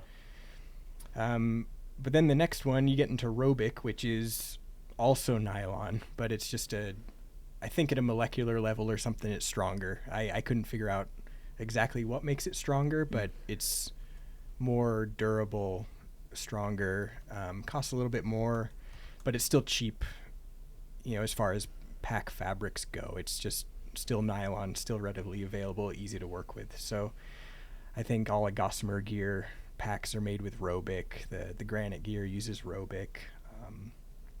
The ULA packs, the classic kind of green with white grid, that's Robic nylon. And again, the overall durability all comes down to kind of how thick that fabric is. It can change. It can be flimsy. It can be super durable. But like I said, the ULA uses, I think, 400D. Gosh, I hope I'm right about that. But that's like a big number. That's a awesome spot to be. It's heavier, but ULA packs last forever. Here we go. And now you nailed it, by the way. Yeah? Yeah. That's what I'm talking about. So now we're getting into DCF, which is kind of you could almost call it like old news. Dyneema composite fabric, formerly Cuban fiber, is a very strong, very lightweight, waterproof fabric, or laminate. It's not necessarily, it's probably a fabric. It's got F in the name. Whatever. It's super lightweight, and so for that reason, it's chosen by a lot of ultralight people, a lot of ultralight gear manufacturers for those properties. And at the thickness that you see in backpacks, it's quite durable. When you're talking about shelters, you're at about half an ounce per yard of fabric. I'm not sure exactly what they are for backpacks, but they're much thicker. And really, when you're talking about backpacks, it's not true DCF. It's Dyneema composite hybrid, which takes that DCF strength and waterproofness, and then they slap on a polyester weave to the outside just to improve durability there, to protect the DCF pretty much. Harder to puncture. It's a great move. It's really the only way to go. If you had a DCF backpack, it would be in tatters instantly pretty much. Yeah. So yeah, it's got that woven polyester on the outside, which is great. And actually proves to be quite durable in the long run. And you can get different thicknesses of it. Actually, I'm kind of remembering now. I want to say 150 something per something, but that's per Hyperlite. But yeah, if you want a lightweight backpack that's reasonably waterproof, DCF is a good way to go. You just have to pay for it. Question about that. Since we've established that none of these packs are truly waterproof, is it worth paying up for? And obviously that's going to vary depending on somebody's budget, but knowing that DCF is so much more expensive than the other fabric options, in your opinion, is it worth paying the premium for a DCF backpack? To me, it seems like it makes more sense to justify that expense for a shelter relative to a backpack. I think that's true, because the weight benefit is going to be more extreme in a shelter just because you're talking about like way more fabric overall. Like a backpack has less fabric than a shelter in it. So if you're going to buy the expensive stuff, get the most benefit possible. And I don't think I've ever had a backpack fabric fail on me, even the nylon. Like my Granite gear using Robic still looks great after the CDT. And if I wasn't kind of privileged enough to be testing a lot of backpacks, I would still be using the thing and still having a good time with it. So yeah, that's a really good question. I don't think it's necessarily super important to go DCF with a backpack. The waterproofness is nice, but it's not reliable enough to help you just like forget about it completely. Yeah. Although, you know, a backpack soaking up that water, nylon soaks up water, you're going to carry that with you. If you're using a pack liner, if you're using a pack cover, you might keep it kind of dry, but you're still going to soak up some water. And I think DCF has an advantage there. You just don't bring it with you. Yeah. Cool. I agree with that take, but you're more knowledgeable, so I'm happy to hear it from your mouth. It looks like there's a couple more fabrics to walk through here. Yeah, kind of newer is this stuff called Ultra, and it's similar to DCF. You have this super strong Dyneema fiber, and in this case, rather than being sandwiched between two layers of Mylar, it's woven directly with the polyester. So you have Dyneema fibers, kind of, you know, one bobbin is Dyneema, the other is polyester or whatever. So you get kind of a mixture of properties there. It still has a film backing to make it waterproof. When it's just a fabric, it's waterproof, but when you make it into a pack, it's not. But yeah, it's kind of a new thing. You started seeing it really show up in the backpack world a year or two ago, maybe. So it's not nearly as kind of well tested as DCF, but if you believe the specs and kind of the material properties, it is kind of a wholesale improvement. I see there's a lot of pack manufacturers that never touch DCF, like ULA, who are now making packs out of Ultra because it's they believe in it. It's that much more reliable, I guess, and just better suited to backpack life. So you can see it's, you know, it looks like there's a weave on it if you want to look at that. And so, you know, DCF is kind of a flat thing. There's not really a woven surface there. Yeah. But yeah, that's Ultra. It's, you know, a little bit heavier than DCF, but stronger and more abrasion resistant, puncture resistant. Yeah, it's good stuff. Doesn't come in the cool colors yet, or maybe it does. I don't know, but yeah, it's exciting. Ultra is kind of maybe the future of backpacks. You predicted my next question perfectly. Let's pull out Owen's crystal ball and what do you see changing? Are there more DCF packs? Are there more Ultra packs? What sort of ratio change do you see in at least the more narrow landscape of, you know, our world? I see nylon backpacks sticking around, Robic and stuff, just because it's cheaper and it works well. Like in this application, you know, you have nylon backpacks that survive through hikes, multiple through hikes, no problem. Like I said before, ULA backpacks, like those things are indestructible. Who knows why? It might just be that they use a thicker material. Maybe it's the stitching, but they last forever.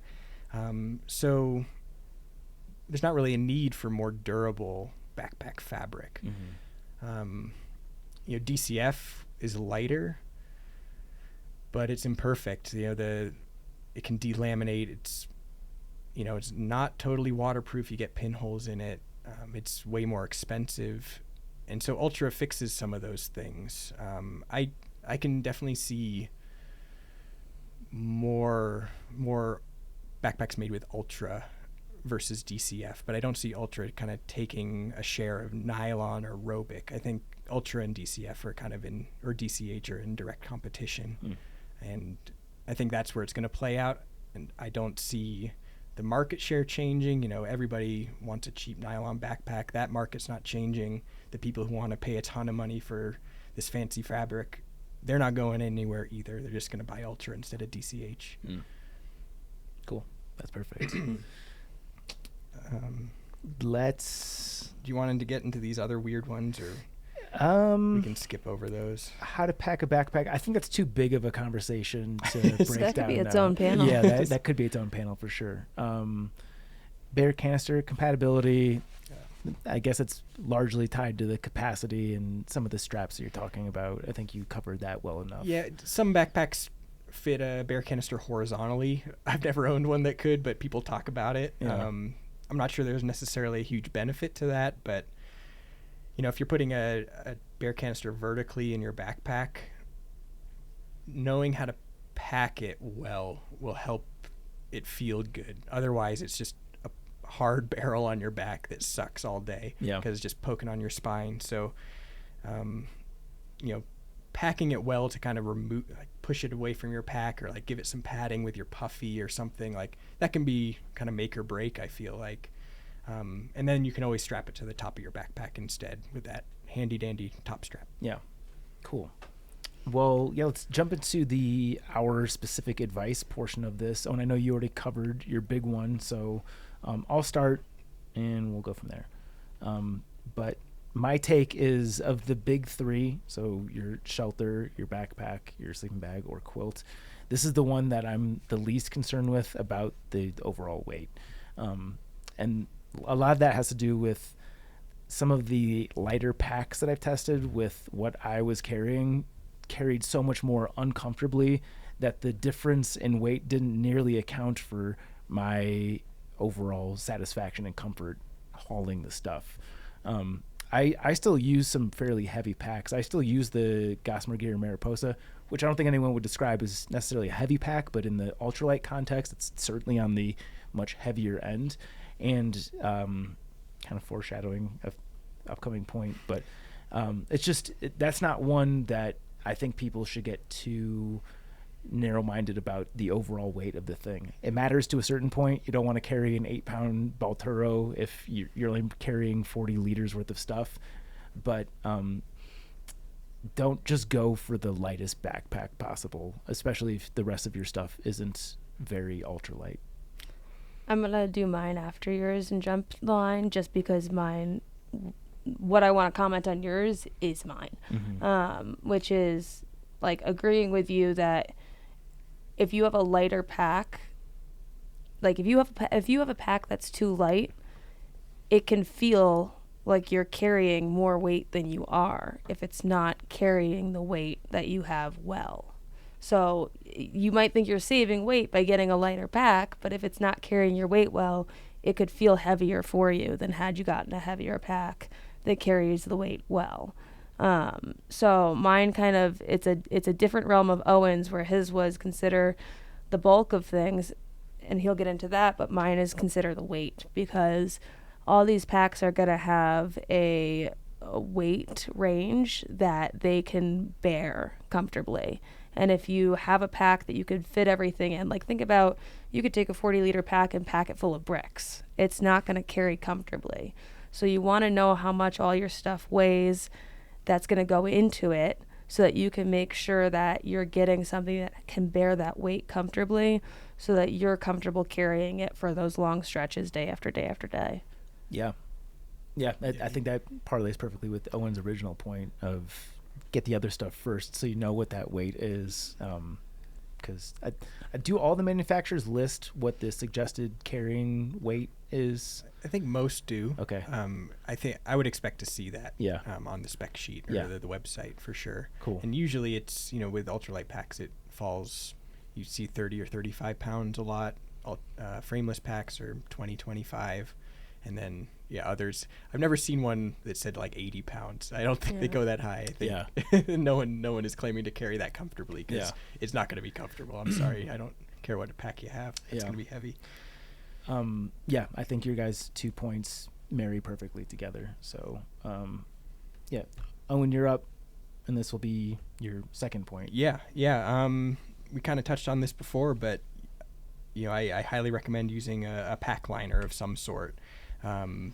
It adds waterproofness. I think that's really the only benefit or need.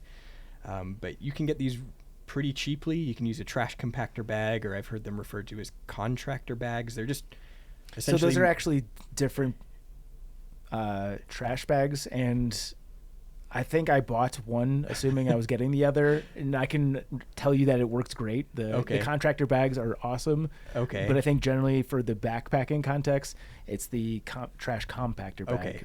Because people with like fancy trash compactors, the bag itself actually has some stretch to it, so I think that gives it more durability. Yeah, it essentially is just a more durable garbage bag, pretty much.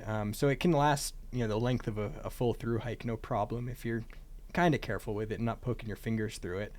But yeah, you can pick those up for cheap, or you can buy purpose-made ones from the cottage gear industry. I'm not sure what they're made out of, but I know they're more expensive than a garbage bag. But yeah, I recommend one of those at all times, even if you have a waterproof backpack. And I would recommend those over a pack cover. Those are also things you can buy. Osprey makes them, REI makes them, and they go over the outside of your backpack, kind of cinched tight with shock cord around the edge. And those, I feel like, don't protect quite as well. They do keep things dry on the outside of your backpack, whereas obviously just having a liner on the inside leaves your backpack exposed to the rain. But, you know, I think in significant rain, water always finds a way, and there's an edge to the pack cover. If it's blowing windy, whatever, water is going to get in, and then there's nothing to protect your stuff inside your backpack. Once it's in, unless you have a pack liner in there as well, your stuff's going to get wet. And like, they're kind of a pain in the butt to like put down your pack. You got to put this thing on, and sometimes you're lazy, sometimes I'm lazy, and it doesn't happen, and then the stuff gets wet anyway. So a liner in there, just put it in there and forget about it. That's my advice. Yeah, totally agreed. I use the pack cover on the AT. I didn't even know that people were keeping their stuff dry from the inside. But to your point, it's just so much easier to not have to think about how long and hard it's going to rain to protect your stuff, because sometimes you get lazy, sometimes you push it. Like, you'll hike through 15 minutes of rain before you actually, especially with the exterior pack covers, are more of a pain in the ass to deal with. The one plus side to it is, especially if you're using like a nylon or Robic pack, is those pack fabrics will absorb water, so your pack will actually be heavier, and the exterior pack cover will keep it drier and keep your stuff lighter for that reason. But all of the pros that Owen mentioned, I agree, the pack liner is the way to go. Yeah, I've wondered how much water a backpack could possibly hold. Can't be that much. It can't be that much, and like the pack cover weight, maybe that difference anyway. Sure. So it's just, yeah, I don't know. It's probably negligible. Yeah. Good point. And for my second one, this will be harder relative to a future podcast that we're doing, but I'm just going to give a blanket recommendation of not knowing anything about who you are. And this flies badly in the face of what Owen said at the top of this panel, so I'm now feeling self-conscious about this. But I just I know many people with varying backpacking skills. A lot of my friends are not hiker trash, and a lot of them have either used my pack or they've liked it so much that they've bought one for themselves, and they've used it in a variety of backpacking contexts. I'm giving my blanket recommendation for a pack that I think will work for a lot of people, certainly not everybody. This is one that I use when I've got a bigger load, especially if I'm going like to a cold weather climate that requires a bear canister. Think maybe like the Sierra in September, which I did, is the Gossamer Gear Mariposa. That's just an awesome backpack that carries a heavy weight very well, which is not true of a lot of the cottage industry backpacks. I haven't used ULA stuff. I know that they do good work with that too, so I can't speak to them. But of the backpacks that I've used, the Mariposa carries a large pack weight very comfortably, especially for the cottage industry stuff. And if you've got a lighter pack weight, it's versatile. Like that will still be relatively comfortable as well. It's got all the features that I talked about I like for Gossamer Gear's packs: the massive exterior pocket, comfortable hip belts, removable parts. The hip belt itself is removable. I like their frame system, the internal stay, just very simple. You can remove that if you want to get lighter. So yeah, it might not be the right pack for you, but again, just trying to cast a wide net, I think the Gossamer Gear Mariposa is a good pack, and it's affordable. What is the Gossamer Gear Mariposa? It is $285, so not as cheap as some of the other options that we're talking about, but given the feature set, I think it is a very good value. My recommendation is also not going to be necessarily for the ultralight hiker, but I don't think this episode is. Just because if you're new to backpacking, you're probably not going to just jump straight into the ultralight realm. On the PCT, I ended up switching packs. I was just in a world of pain from not really understanding what I was doing to my body with taking on a long distance hike, and I needed something that would hold my bear canister, and I ended up getting the ULA Circuit, and that thing is a warm hug. Like that, the ULA Circuit is comfortable. I felt like I was just like, I felt almost naughty being that comfortable. John needs a room to do this. I mean, it's just like compared to, I carry so little on trail, and it just has so much room in it, and you can fit so much stuff, and you don't feel it on your back.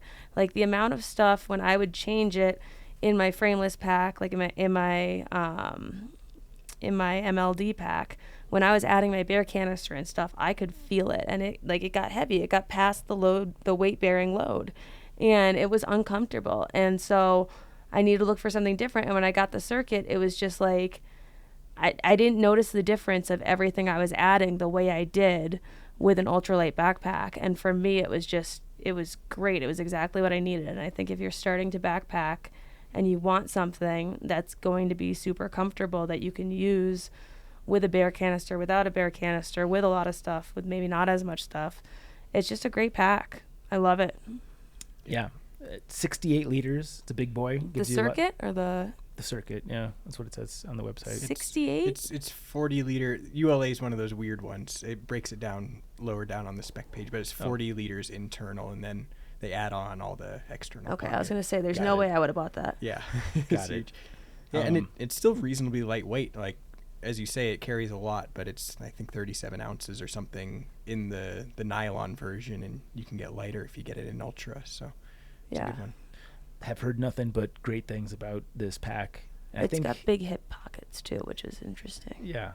And on Halfway Anywhere's PCT survey, I think this one has been cited as the top pack model for the past 3 years, at least according to the ULA Circuit website. So there's that. Ayo. Yeah.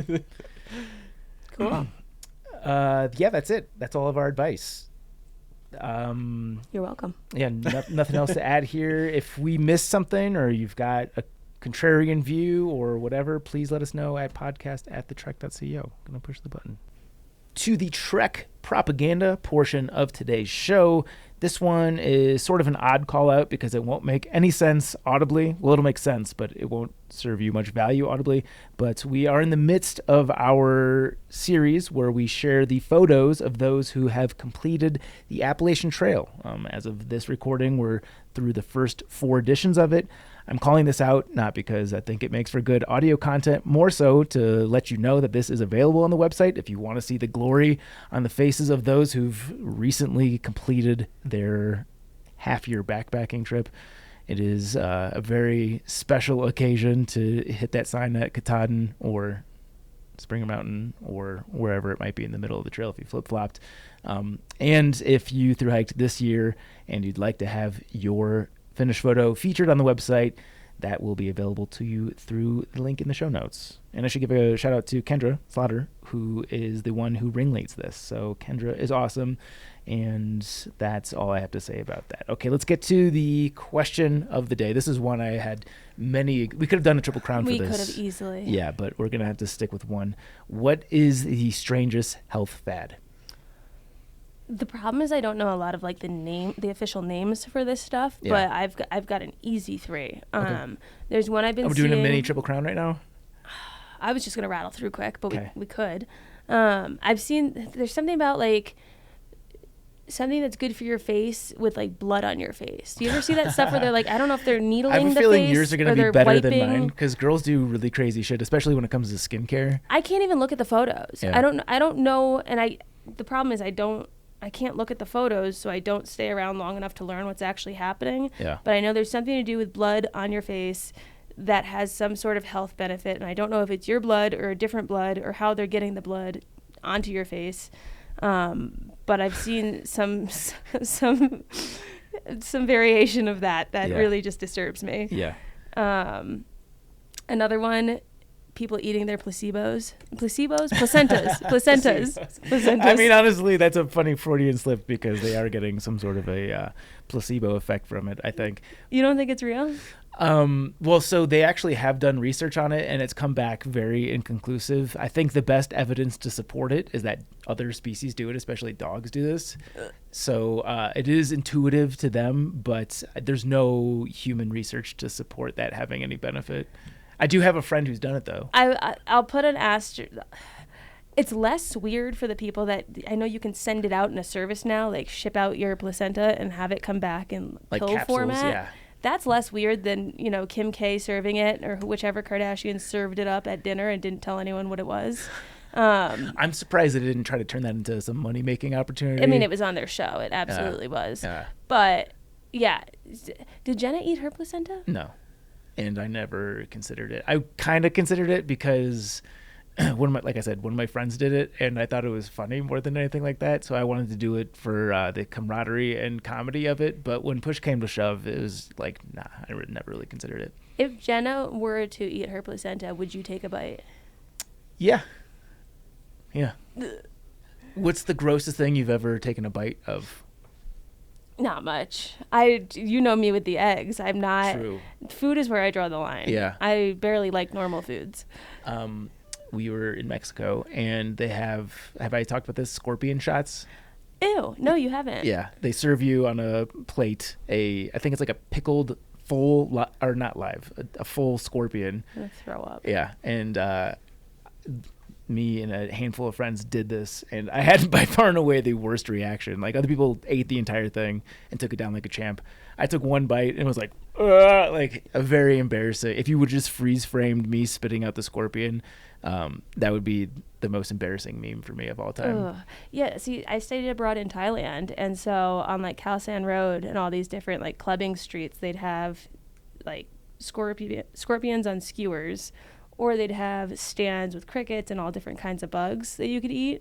And there's always people that will do it because it's when you're there, why not? And I think internationally, crickets are like the number one protein source in terms of, I forget how that is measured, but there was a push here in the States not that long ago where like protein bars were being made with cricket fiber. And yeah, I had one, and it was promised to me that it was like the flavor was so good it would disguise the insecty flavor, and no, it was gross. I had a bite of one of those bars on an airplane back when I was coping with flying with alcohol consumption rather than medication. Yeah. The guy next to me was eating one, and he convinced me to take a bite, and it was hilarious. Did you finish the bar? No, I only had to take a bite. Okay. Did it taste buggy to you? It tasted different. Like one of those things where you can't quite put your finger on it. Yeah. You know? I like the idea of it. Apparently there's enough crickets to provide protein for people of the world's less animal suffering. I guess if we're prioritizing like mammals above insects, which I do. Fuck bugs. Easy. Yeah. So I like the idea of it, but the taste is where I struggle. Yeah. And the idea. I like the idea, but I also struggle with the idea. I think if they could do what they do with all the toxic ingredients in foods and just not tell me it's in there. Yeah. And then just brag that this is a high protein thing and make it taste good. Sure. And then should I go out of my own way to read the ingredients, I'll realize, damn, I've been eating crickets. Yeah. That would be the best way to get a product like that to see success. Because the ones that I've seen brag about the crickets on the front, and it's like, that's my biggest turn off here. Yeah. We need the FDA to loosen up on the whole ingredient list requirement thing. I think if you can get away with half of the stuff you get in foods, you could sneak in a little cricket. It's also funny that they don't require that for alcohol, so maybe they need like a cricket-based alcohol or something. Oh, like the tequila with the worm. Yeah, or the tequila with the scorpion. Now we've come full circle. Where were we? Oh, yeah. Health. Weird health trends. What was your third one? The people that break their bones to make themselves taller. You ever see that? I've heard of it. I don't know much about it, but yeah. I had an article pop up on my feed the other day. I don't know why things get suggested to me, but it was a girl who had broken her shins in 2 places to make herself taller that now regrets it. I can see that. For me, this was in articles I saw when I was growing up. I'm 5'1". Of course, I would love to be a stunning 5'4". It just was not the cards I was dealt. But I remember seeing that and being like, huh. Is 5'4" your ideal height?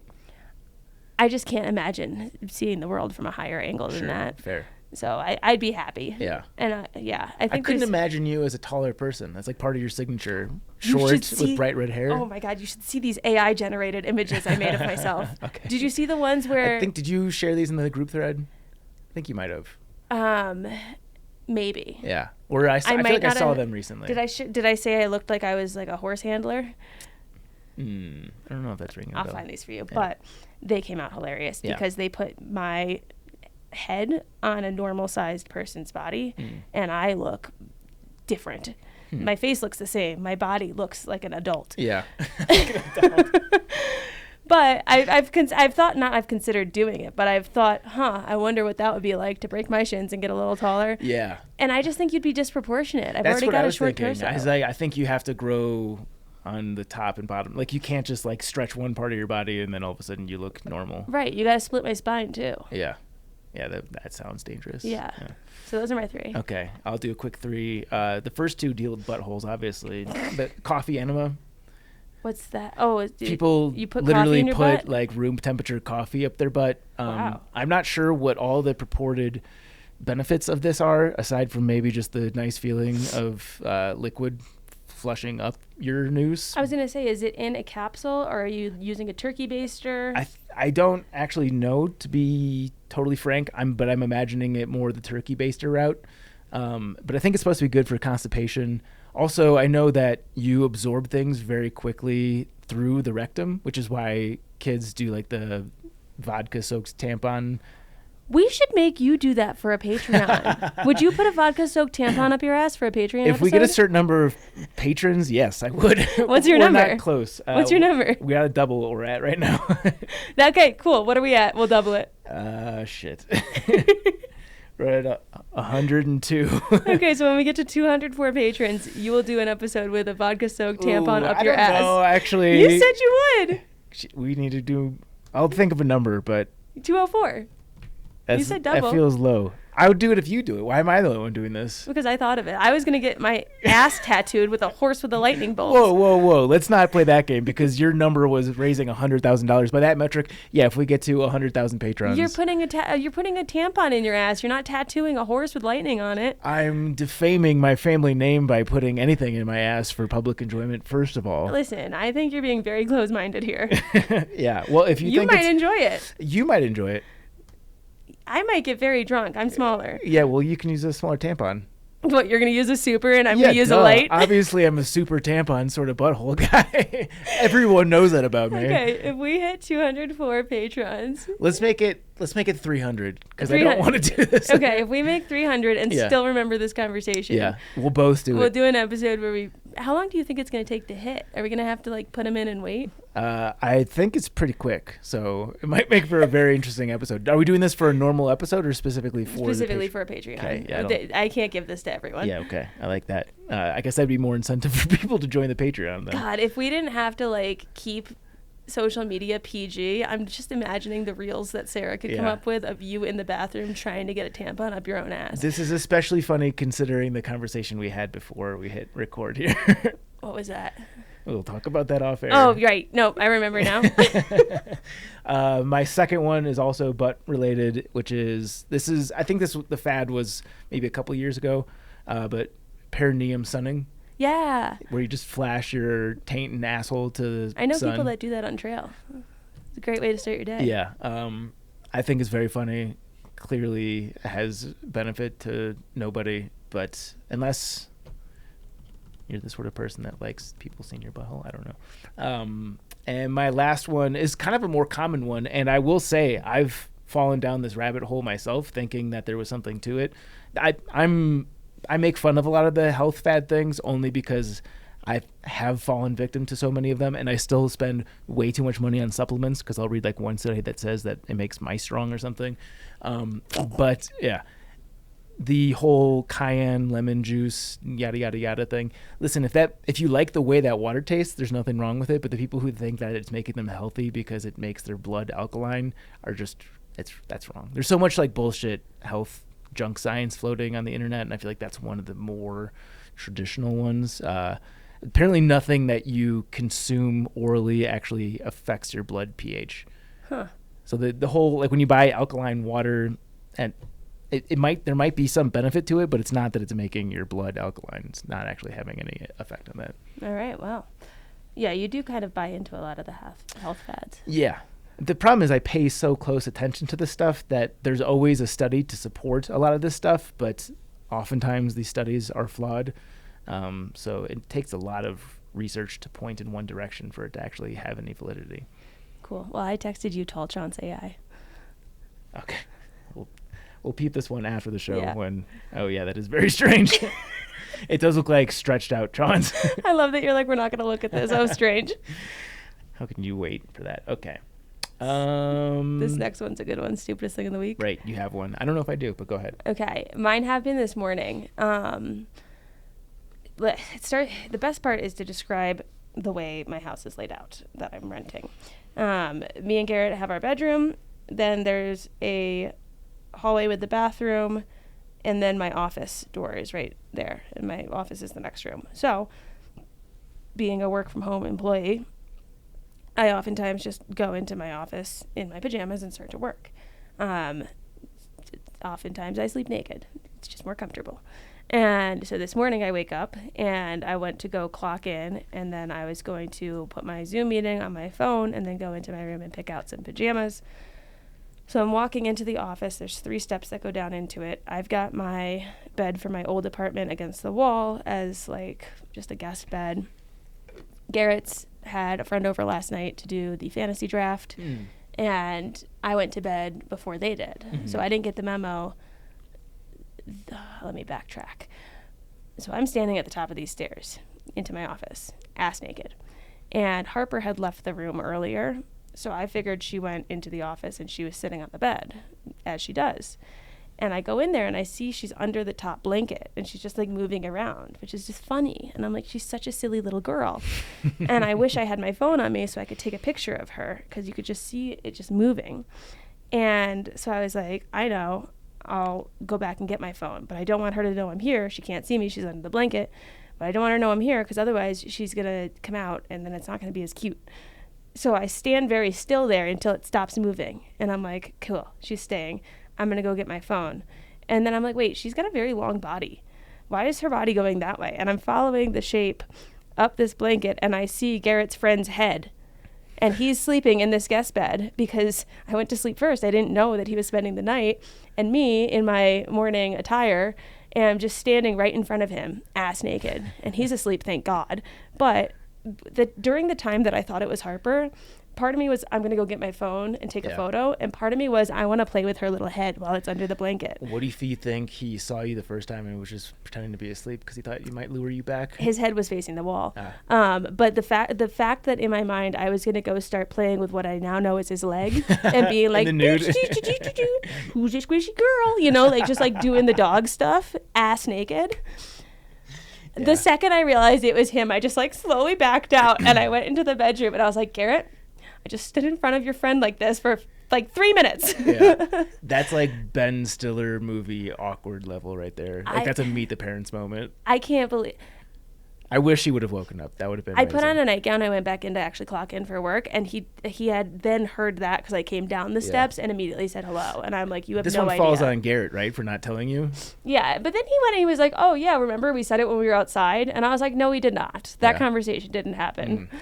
Jen and I have that argument on a near daily basis where like she's positive she told me something and I'm positive that, and then vice versa, and we're both wrong or right. I don't know how it works. Yeah, I don't know. I don't know how to combat that. I usually just say my reality is different than that. Yeah. So. Well, that's good. Yeah. That would have been much funnier had he actually woken up. Oh, I would have cracked up. Yeah. I would have been laughing. Yeah. I wouldn't have had any explanation. I have since thought of 2 stupid things I've done this week, but they're both pretty mundane, so not good stories. So in lieu of that, I'm going to actually do my new segment. Okay. Which is Poop News of the Week. We should have a little jingle for this. This is Poop News. Oh, I actually asked Polly to come up with a little jingle for this. So if that's inserted, that means message received, and he can do it, but I don't want to tip it if it did or didn't happen. But this one is, you probably saw this news story because it's incredible. I'm going to read a snippet from the NY Post. which is passengers on board diarrhea plane share ordeal. It was dribbled down the aisle, smelled horrible. Jesus. Grossed out passengers have detailed the ordeal of being stuck on a Delta flight that was forced to turn back after someone could not contain their explosive diarrhea, which left crew ripping out the carpet to contain the, quote, biohazard. It was an experience that I hope no one has to go through, Marie Beals Basinger told the Daily Mail of the flight that was diverted back to Atlanta on Friday, just 2 hours into its 8-hour trek to Barcelona, Spain. I hope the poor woman that had this experience recovers, she said of the sickened passenger. The pilot of Flight DL-194 had warned air traffic control there was a biohazard issue with a, quote, passenger who's had diarrhea all the way through the airplane. This is another quote. It was dribbled down the aisle, smelled horrible, one person tweeted of their partner's disgusting experience on the flight. It was pretty bad, ... The vanilla-scented disinfectant used on it only made it smell like vanilla shit. DW wrote on X, the new name for Twitter. How far deep into this? The flight was met by emergency vehicles and EMTs carried the sick passenger off the plane. I just love the idea of someone being carried off a plane because they had diarrhea. After the plane landed, it was thoroughly cleaned. They didn't leave until around 2:30 a.m.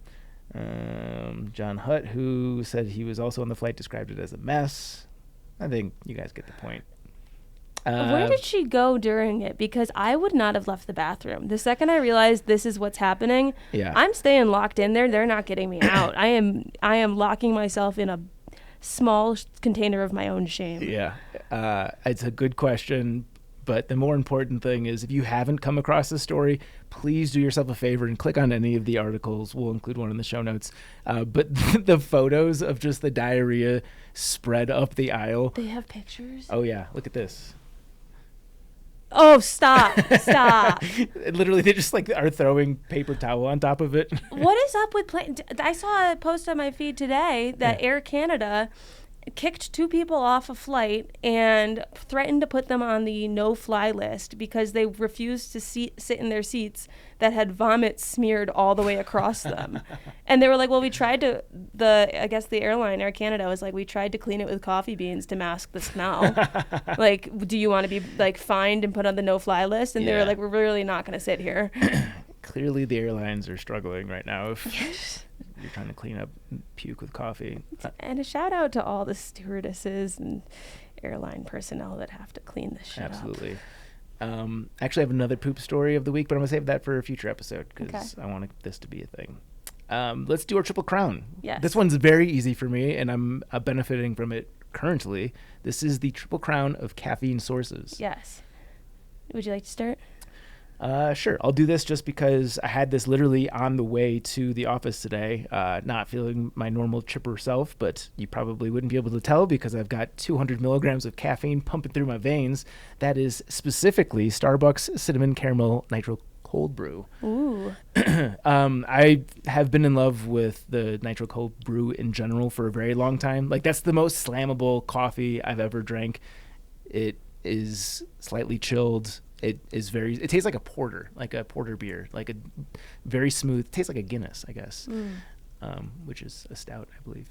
But yeah, it is not only delicious, but Starbucks coffee shouldn't even be called coffee. It's a totally different experience. I drink coffee every single day at home, and I can have 2 or 3 cups, and I still feel more cracked out after 1 cup of Starbucks anything. So, shout out to Starbucks Cinnamon Caramel Nitro Cold Brew. I should also mention we're entering into pumpkin spice season here. We are. Are you a pumpkin spice girly? Yeah, definitely when it's in season. As soon as I see a few yellow leaves and the highs in the low 60s, cinnamon or pumpkin spice me all day, baby. All right. I'm not really. No? No. Your mood's going to change. Once you get older, plus you need it to maintain your coloring. Yeah. I like the candles. Okay. So I guess that's That a counts. gateway. My first one is espresso martinis. Mm. Anytime. The sophisticated man's Jaeger bomb. Well, yeah. If I'm going out and I'm tired, Yeah. that's the first thing I'm asking if they have. I've actually never had one, but I know Jenna and her friends, same way. It comes 7 p.m., they're all moms, they're tired at that time of the day. The espresso martini is the thing that gets them up. Yeah. And I mean, I just I feel like I'm past the Red Bull vodka stage. So it's like you said, the moms. Everyone's puked that up, so Right. it gets harder to put down. You overcome the phase of life that's Red Bull vodka, and you transition into the, like you said, more sophisticated espresso martini, more expensive phase. Yeah. Drinking is basically a giant game of hot potato of things you haven't puked yet. Yes.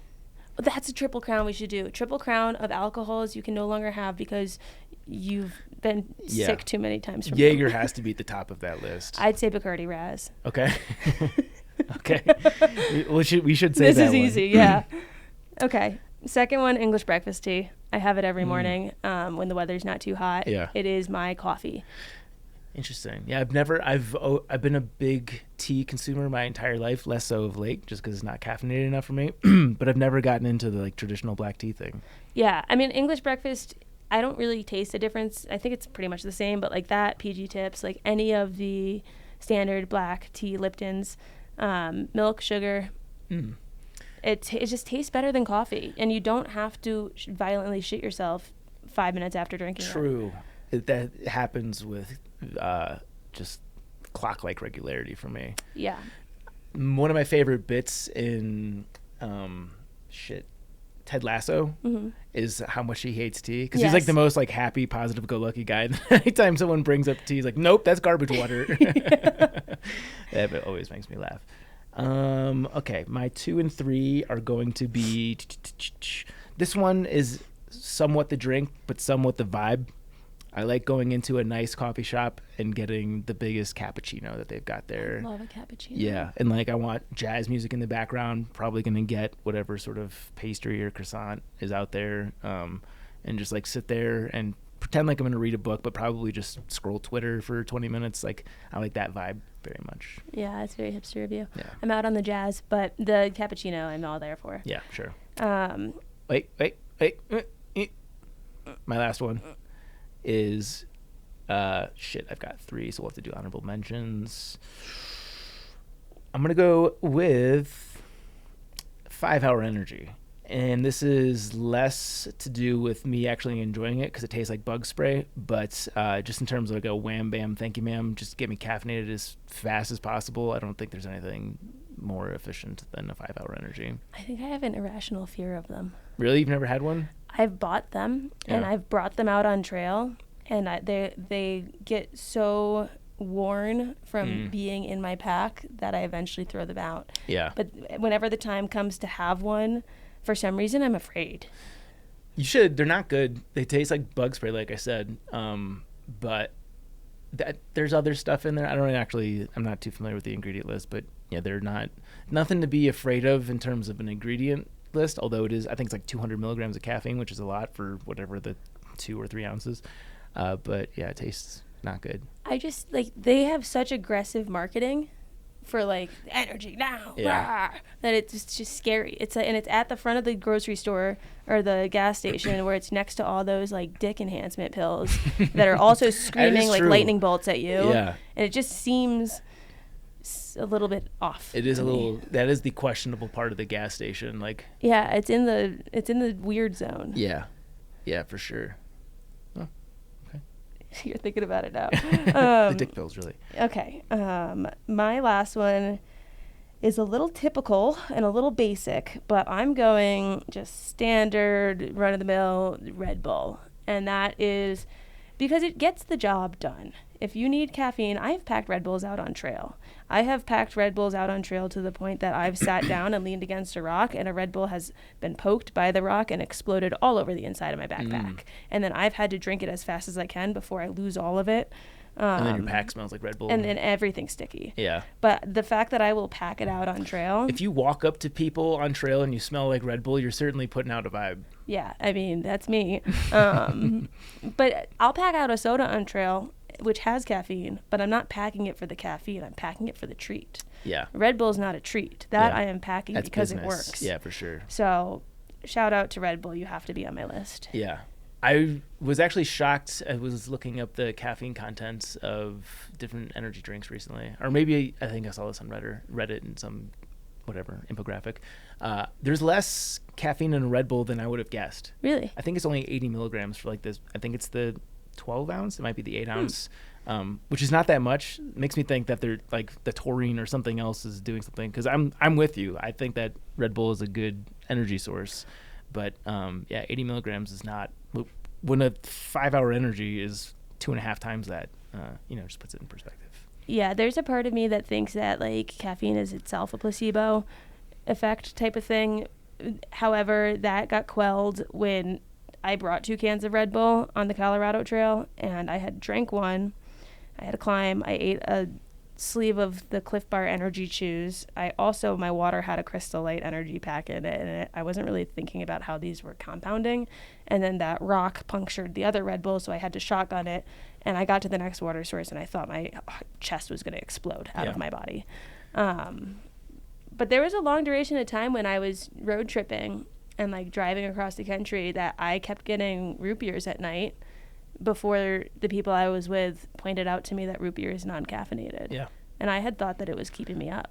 I think most sodas are pretty low in caffeine. Like, it's enough to put its hooks into our children, but for anybody that drinks coffee, it's probably negligible. Yeah. I don't actually know the amount, but like I think everything shy of like Surge or Mountain Dew is, I would guess, like 20 or 30 milligrams. Is that it? Yeah. Do you have any honorable mentions? Crystal Light packets. Okay. Ooh, I love those on trail. Mio is my ideal backpacking caffeine. I switched from Mio to Crystal Light just because I was Mio'd out after a point. The flavors are a little synthetic. I don't know what their word is, but they need new ones. Yeah. Yerba mate, which is kind of a cheat because it's got other stimulating properties in it in addition to the caffeine. But if I'm trying to scale back my caffeine tolerance a bit, yerba mate is nice. Matcha is very good. Nothing beats a matcha latte. Matcha is very good. And then this is a new one on the scene. You see it everywhere now, but I like it. The Celsius drinks, they're, I think, not caffeine, they're calorie-free, sugar-free. Yeah, they're not bad. Yeah, but they've got all this stuff in it, L-theanine, B vitamins, yada, yada, yada. I have 2 under my bedside table at the moment. Nice. Yeah, cool. Well, give us your best caffeine sources in the comments or podcast at thetrek.co. 5-star review. Want to take it? Sure. Okay, goddammit, I'll write a review. This is from sambob.biz. 5 stars. Ugh, hate to do this, ... But after listening since day 1 of this godforsaken pod, I had to say how much joy it's brought me. Alina's episode was the kicker. As a small business owner myself, parentheses, Sambob, aggressively written in caps, ! So much of how she spoke about the ups and downs of running a one-person biz made me feel heard and at ease somehow, so thanks for that. In a larger sense, this pod really brought me into the world of backpacking, as I had just discovered the joys of hauling all my needs into the woods on my back and getting blisters and injuries for fun in 2017, right around when y'all started up. So much motivation was provided from the amazing guests of all types that you've had on, and really led to my connection with the backpacking world that's made my business what it is today. So yes, 5 stars, but also thank you. That was nice. And clever. Way to plug a business in a 5-star review. Yes. Another way that you can get your review read is we will definitely read that. Also, I will say that this person, this fella, I know, or I should say that, why am I blanking on her name?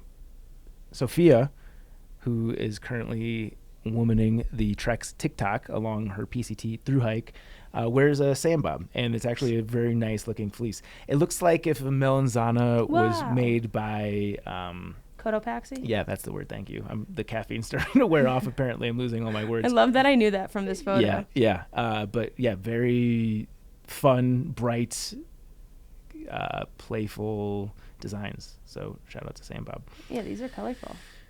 Sticker code.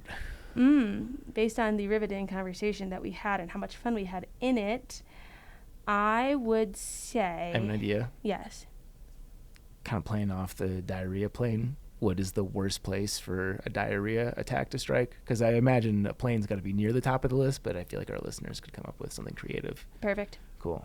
So let us know in the comments of the Instagram post that goes out with this episode the most nightmarish scenario to be caught with somebody who's had a diarrhea attack. Yes. Nice. Thank you to our Chuck Norris Award winners on Patreon. Gave you guys a shout out earlier. Let me pull up the active list here. They are... Wait, I'll get it. Alex and Misty with Navigators Crafting, Andrew, Austin McDaniel, Austin Ford, Brad and Blair from 13 Adventures, Brent Stenberg, Brian Alsop. Fables. Yeah. I was also thinking Alsop Rocky, but that might be a stretch. Like, That is a little stretch. yeah. But, you If know, I didn't know, well, because Garrett likes ASAP Rocky. Okay. You got the- ASAP? Yeah. ASAP Rocky. Yeah, it's close enough, though, Yeah. right? Christopher Marshburn, Coach from Marion Outdoors, Dane, Ish. Derek Cook, Do Good Pantry, Eric Casper, Friendly Ghost. Eric Hoffman, Greg McDaniel, May he bring honor to his name. Liz Seeger, Matt Sukup, Mike Poisel, Patrick Ciancialo, Sawyer Products, Spam, Timothy Hahn, Solo. and Tracy Trigger. Didn't we get a new person recently? Did that not? Maybe that it doesn't actually go. They don't get on the list until it's paid. By the way, this is not a list that I control. I'm just going through Patreon's list right now. But yeah, we got a notification. So if you've joined at the Chuck Norris level and you haven't had your name read, please get mad at Patreon, not us. You can follow us on social at Backpacker Radio on TikTok and Instagram. We're still TikToking. I actually poked my head in the other day because you mentioned that we have lots of posts that go through, and yeah, we do. Yes, we do. Are We are peop- quite active. Yeah. I don't know what the call to action with TikTok is. Should people be commenting, following us? Like, what's the thing that people want on TikTok? It's Instagram Reels, but it's just a different platform. Got it. I'm not very TikTok savvy. I watch it. I thought you were a TikTok content producer. No, I very seldomly, and it's produced at a. Here's the thing: is TikTok's fun for me because I have like 100 followers. So Yeah. TikTok is where I could put the stupid stuff that I would think is not appropriate for my Instagram. Sure. So That's the reason I like Twitter or X. yeah, and is- so I have a lot of fun doing that on TikTok, but I have not grasped the reins of how to like maneuver TikTok. This is the shit I post on TikTok. Oh, hold on. Find out what I'd look like. Okay, a young lady with a stuffed animal. And then John holds up like the most It says everyone looks cartoonish like their Cabbage Patch doll. everyone looks like their childhood stuffed animal, and it's this like girl holding up a cute animal, but my childhood stuffed animal was a redheaded clown. Yeah. So yeah, it's for me TikTok is just A fun. playground. Yeah. You can follow us on X at BackpackerPod, Facebook.com/BackpackerRadio. You can follow Chance. You can find me on Instagram at Juliana_Chauncey, and you can get my book Hiking from Home, a long distance hiking guide for family and friends, on Amazon. Appalachian Trails and Pacific Crest Trails. If you're into either of those trails, subscribe and follow us on Apple Podcasts, Spotify, or wherever you consume podcasts. Be sure to subscribe to us on YouTube. We're making video content. What's up, YouTube? Hello, Internet. How's it going? The light's still blinking, so we're on. Yes. That's good. And that's it for today's show. Thank you so much for listening, and happy hiking. Bye.